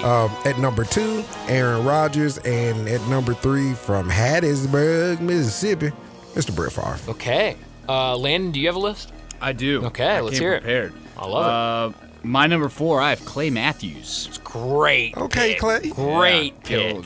Great linebacker. My number 3, I have Charles. He wears makeup on TV a lot, but okay. Go ahead. He was in Pitch Perfect too, but I digress. Number 3, I have Charles Woodson. I included him in my list as well. Number 2, I put Brett Favre there, and number 1, I have Aaron Rodgers. Okay. All right. I think this is a generation thing. I love Brett Absolutely. Favre. I grew up paying more attention to I think Aaron there's a Rodgers. book coming. Listen to this. I love Brett Favre. I love Brett Favre. But I have Aaron Rodgers also in front of him. Okay. I love Brett Favre. Brett Favre is, here's the thing, and I talk about it all the time. When I was younger, was kind of, I don't even know what age I was when Brett Favre finally retired. I don't know what age I was. 2010, he was out. Was it 2010 when he was 2010. completely done? I think 2010. So I was 10 years old. Okay. But certainly when he was with the Packers, that was what, 3-4 years before that. His last season with the Packers was 2007, and then he went Vikings and Jets. So I was 7 when he got done with the Packers. But and back then, all the back and forth, I'm going to play, I'm going to retire, I'm going to play, I'm going to retire, I did not like it at the time. Now, kind of looking back on it, I can appreciate it more. Oh, yeah. And I can appreciate his game more because I'm now older. I can watch the videos of him. He's love a gunslinger, Brett Favre. man. He's one of my top 3 quarterbacks in all of football. Aaron Rodgers is also one of my top 3 quarterbacks in all of football. I have him number 1 just because, again, kind of same thing. Grew up watching Aaron Rodgers and what he did on a football field. So I have number 1, Aaron Rodgers. Number 2, Brett Favre. Number 3, Clay Matthews. And maybe another fan pick, Aaron Jones, number 4 for me. I mean, look, very, very short time there, but when he was out there, he was one of the best in the league. So I have him number 4 for me. Let's jump down to the Saints. Darian, why don't you start us off for Saints? All right, my Saints, and like you said, it's generational, but I mean, this is after the 21st century, people. Sure. So don't kill us. We're not into the 90s and the 80s. Right. This is all since 2001. So at number 4, I'm going to have the man Cam Jordan, who's still leading that defense right now. OLI for me. Cam, he's at 4. So Joe I like Horn. him at 4. Yeah. Joe Horn, if you recall, the man that pulled Yep. out the cell phone, if you recall that during the playoff game. Mr. Joe Horn was a big piece of those teams that were winning Super Bowl singular, in a lot of games back in the day. Number 2, got my man Deuce McAllister. Got a little Ole Miss action up in here. And number 1, if you remember the commercial, Drew Brees. That was a commercial had a little Drew Brees action. So sorry to my former USC guy, but that's pretty much it. I like it. I'll go with Brett's now. Number 4 for him, Deuce McAllister. Number 3, Mark Ingram. Number 2, Alvin Kamara. And number 1, Drew Brees. For you, Landon. My number 4, I put Marshawn Lattimore. Okay, that's a good one. Number 3, I went with, I got 2 running backs on here. Okay, my number 3 is Mark Ingram. Okay. Really liked Mark Ingram watching him. My number 2 is Deuce McAllister as well. And number 1, no-brainer, Drew Brees. So far, no one has touched the Reggie Bush train. Okay. No, I thought about it. I'll be honest. Another OLI for me, Reggie Bush, right outside. Number 4, Cam Jordan for me. I think I might have told you I had him as my OLI. I have him as number 4. Cam Jordan, number 4. Number 3, Deuce McAllister. Number 2, a man that I am very disappointed has not been listed yet, Jimmy Graham. I mean, what in the world are we doing? Jimmy Graham, fantastic you tight end. can stay disappointed. I mean, nobody listing him down there. I have him at number 2, and number 1 for me, no question. It's got to be Drew Brees. I mean, I think that was the easiest number 1 that we've had in a while is Drew Brees for the Saints since in the 21st century. So I hope it's a fun game tonight. I hope it's close. I hope I'm right and they cover because that would mean it's a very entertaining game at Lambeau Field tonight. But we'll see what happens. Again, another reminder, the game will be on television tonight, ABC and ESPN. Do we have Manning Cast tonight? Do we know? If it's so, it's the last one. I don't think they do one on the last week. If so, it's the last. So I don't know. We might have Manning Cast tonight. And no Jonathan Vilma. No Jonathan Vilmas. Yeah, that was a little surprise that nobody had him. But if you are out and about doing something tonight, you want to listen to the game, we'll have all of that action right here on Sports 56. Pre-game starting at 6:30, and we know kickoff will be around 7 o'clock. Well, let's go ahead and get to our final break of the day. When we come back, we'll wrap up today's show with Crunch Time. Start your day with Sports 56 mornings with Greg Gaston and Eli Savoy. Weekday mornings from 7 to 10, right here on Sports 56 and 98.5 FM. Locally owned and operated for over 40 years, Automatic Gates Construction tailors custom gate solutions for all your residential, commercial, and industrial industrial needs, including repairs, maintenance, and installation.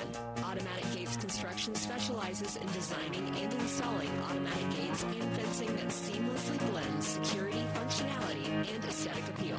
Elevate the safety and efficiency of your property with a premium gate solution. Automatic Gates Construction at myautomaticgates.com.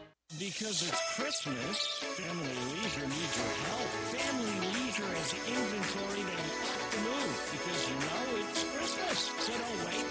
You can complete your ultimate game room with a new pool table, a new shuffleboard, new arcade games, or just get all of them for Christmas. Tons and tons of theater seating, overstock, or a place to move. 'Tis the season for fire pits. And all fire pits at Family Leisure are now 20 to 30% off. You say you didn't get a spa this year? Let's say no more. Spas are in stock, ready for Christmas delivery, and up to $1,500 off. These are just a few of the deals happening right now for Christmas. Just come on by and check out their gigantic showroom. You never know what kind of deal you're going to find. Family Leisure. Right at I-40, where family and fun come together for Christmas. Family Leisure, 2120 Wittenberg in Memphis, right off I-40. All 650 acquisition fee, $20,000 per year. K4 SEO2 9100 MSRP 24230. Telluride SG5 96529 MSRP 41260. Includes all rebates and incentives. Excludes tax title and license. Must finance through KFA dealer stock only. See dealer for complete details. Offer valid through 1/2/25 with approved credit. It's time to get happy during Chef Allen's The Season of New Traditions sales event going on now at Gossett Kia South on Mount Moriah. That's right, baby. Save big in 2025.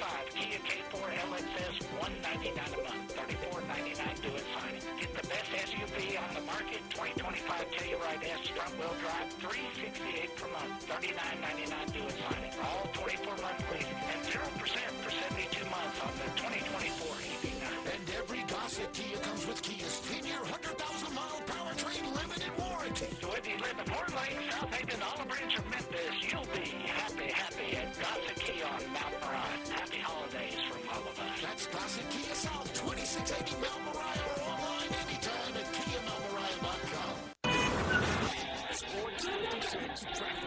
Good afternoon. Normally it'd be a little bit heavier than this on all the major outbound routes. Now it has picked up there on Sam Cooper in certain sections, but again, it's still not too bad on 40 eastbound from Sycamore View Road all the way out into Fayette County. Would normally be pretty crowded. Just lots of radar scattered out in that area there of I-40 around 269. Give yourself extra travel time out here. Again, you're going to see a lot of radar this evening and tomorrow as well. Shop now and save during this holiday season at Weimer's Jewelry, 7525 Highway 64. I'm Commander Chuck with your on-time traffic.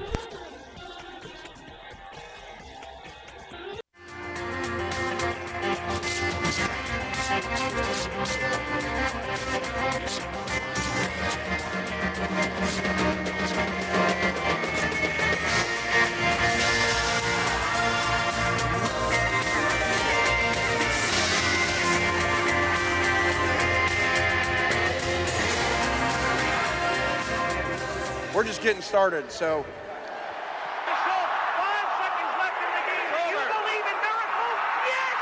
Spanning the globe.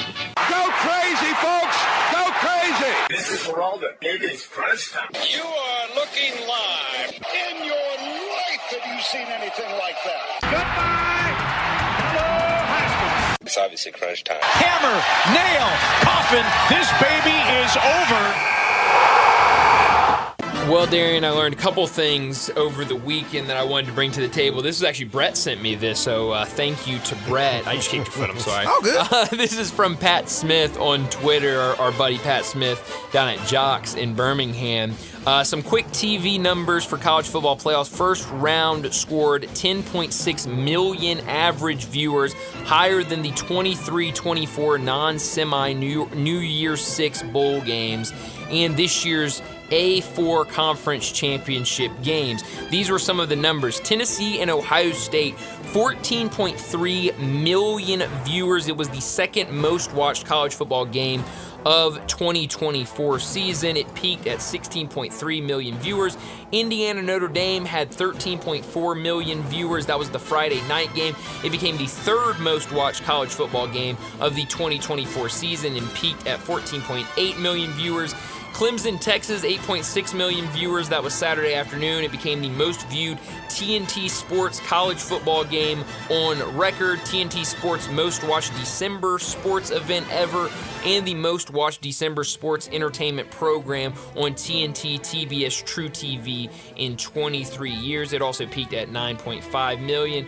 And then last but certainly not least, SMU Penn State, the 11 a.m. game, 6.4 million viewers. It was the second most viewed TNT Sports college football game on record, and it peaked at 7.9 million viewers. So a good weekend for the college football playoff ratings and how many people were watching. But the other thing I learned today, and what I really want to talk about, it's what you brought up earlier in the show, the PNC Championship over the weekend. It's always a fun event, but I was actually surprised to hear that you watch it. Absolutely. I never watch it. I know what's going on. I'll follow what Tiger and Charlie are doing. It was strictly for Charlie. I'll follow what John Daly and Little John are doing. But I just don't want to miss anything Charlie does because I saw his father play his whole career. Sure. So I want to be one of those people saying, I saw all of Tiger and all of Charlie. Yeah, but it was cool. I'm sitting in church yesterday morning, and my phone starts going crazy. I'm like, what's going on? I look down at it, and it is the hole-in-one for Charlie Woods. And he got his first eagle before that. Yeah, so I didn't know about that. Those two holes back-to-back had to be incredible. And just to see him and his father and just like the in a happy emotion place. for both of them was really, really cool to see. A really cool moment. So that was fun to watch. Even though I didn't watch it live, I watched it on social media because it was all over the place. Oh, of course. And what I learned was the women's basketball game is in a great place. We all know what Angel Reese and Caitlin Clark just did in the WNBA and the NCAA respectively. But this weekend we had a top 10 matchup of Juju Watkins as well as Paige Beckers on TV. I don't know if you guys watched it or not, but USC came out on top. My point being, Paige Beckers is supposed to be, or is expected to be, the number 1 draft pick this year. AZ Foods, her teammate, expected to be a top 3 draft pick as well. Juju is only a sophomore, so Juju will come out in 2027. And if you guys were watching the Olympics or whatnot, and you recall China had that 7'3" girl, that is Zhang Ziyu.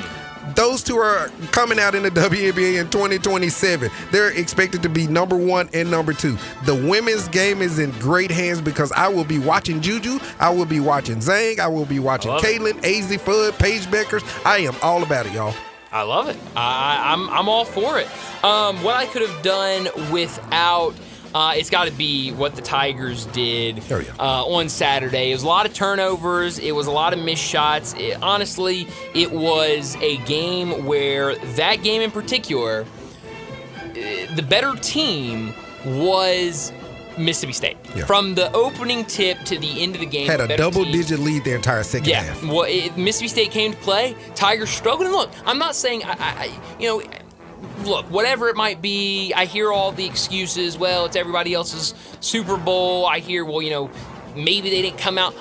Look, sometimes it's just not your day. Yeah. And that's okay. And the Tigers, turnovers, missed shots, they've played much better this season than what they played on Saturday. Hopefully they play much better on this coming up Saturday to beat Ole Miss. But it was just Mississippi State's game, and they were the better team. They're a really good team, really talented team. I think they're going to be really good in this SEC.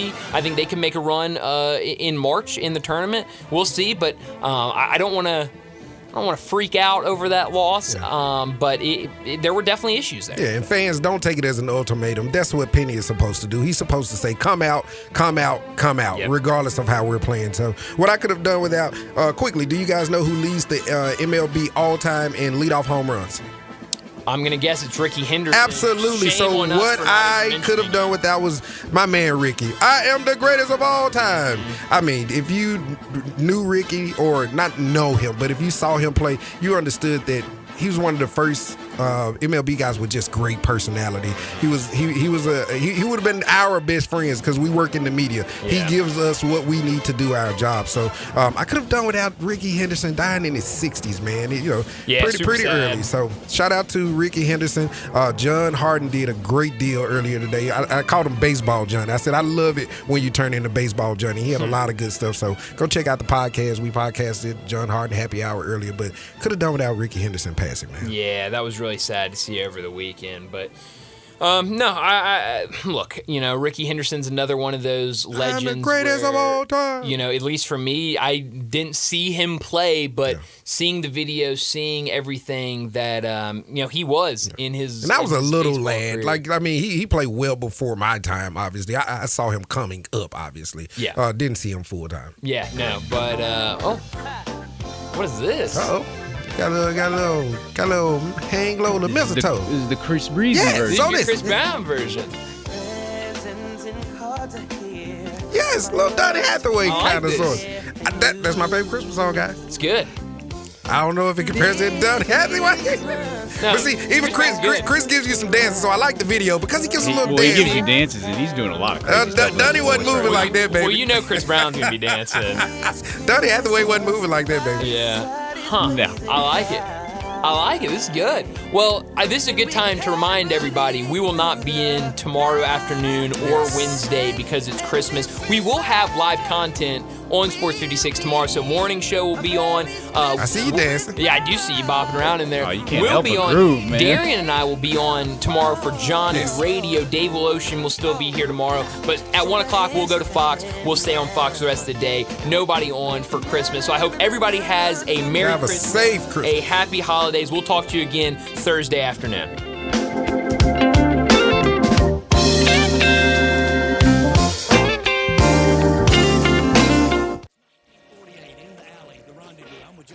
John, what's going on in the Rendezvous? Brett, after 76 years, we've decided to expand our product line. Anyone who's tasted our ribs is familiar with our vinegar base. It's now available in a 32-ounce jar.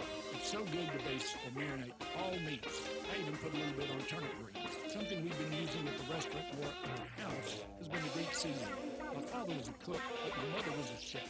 And she was the one that put Greek seasoning on everything from the Mediterranean diet to steak. My mom used it on soup, salad, veggies, fish, any meat.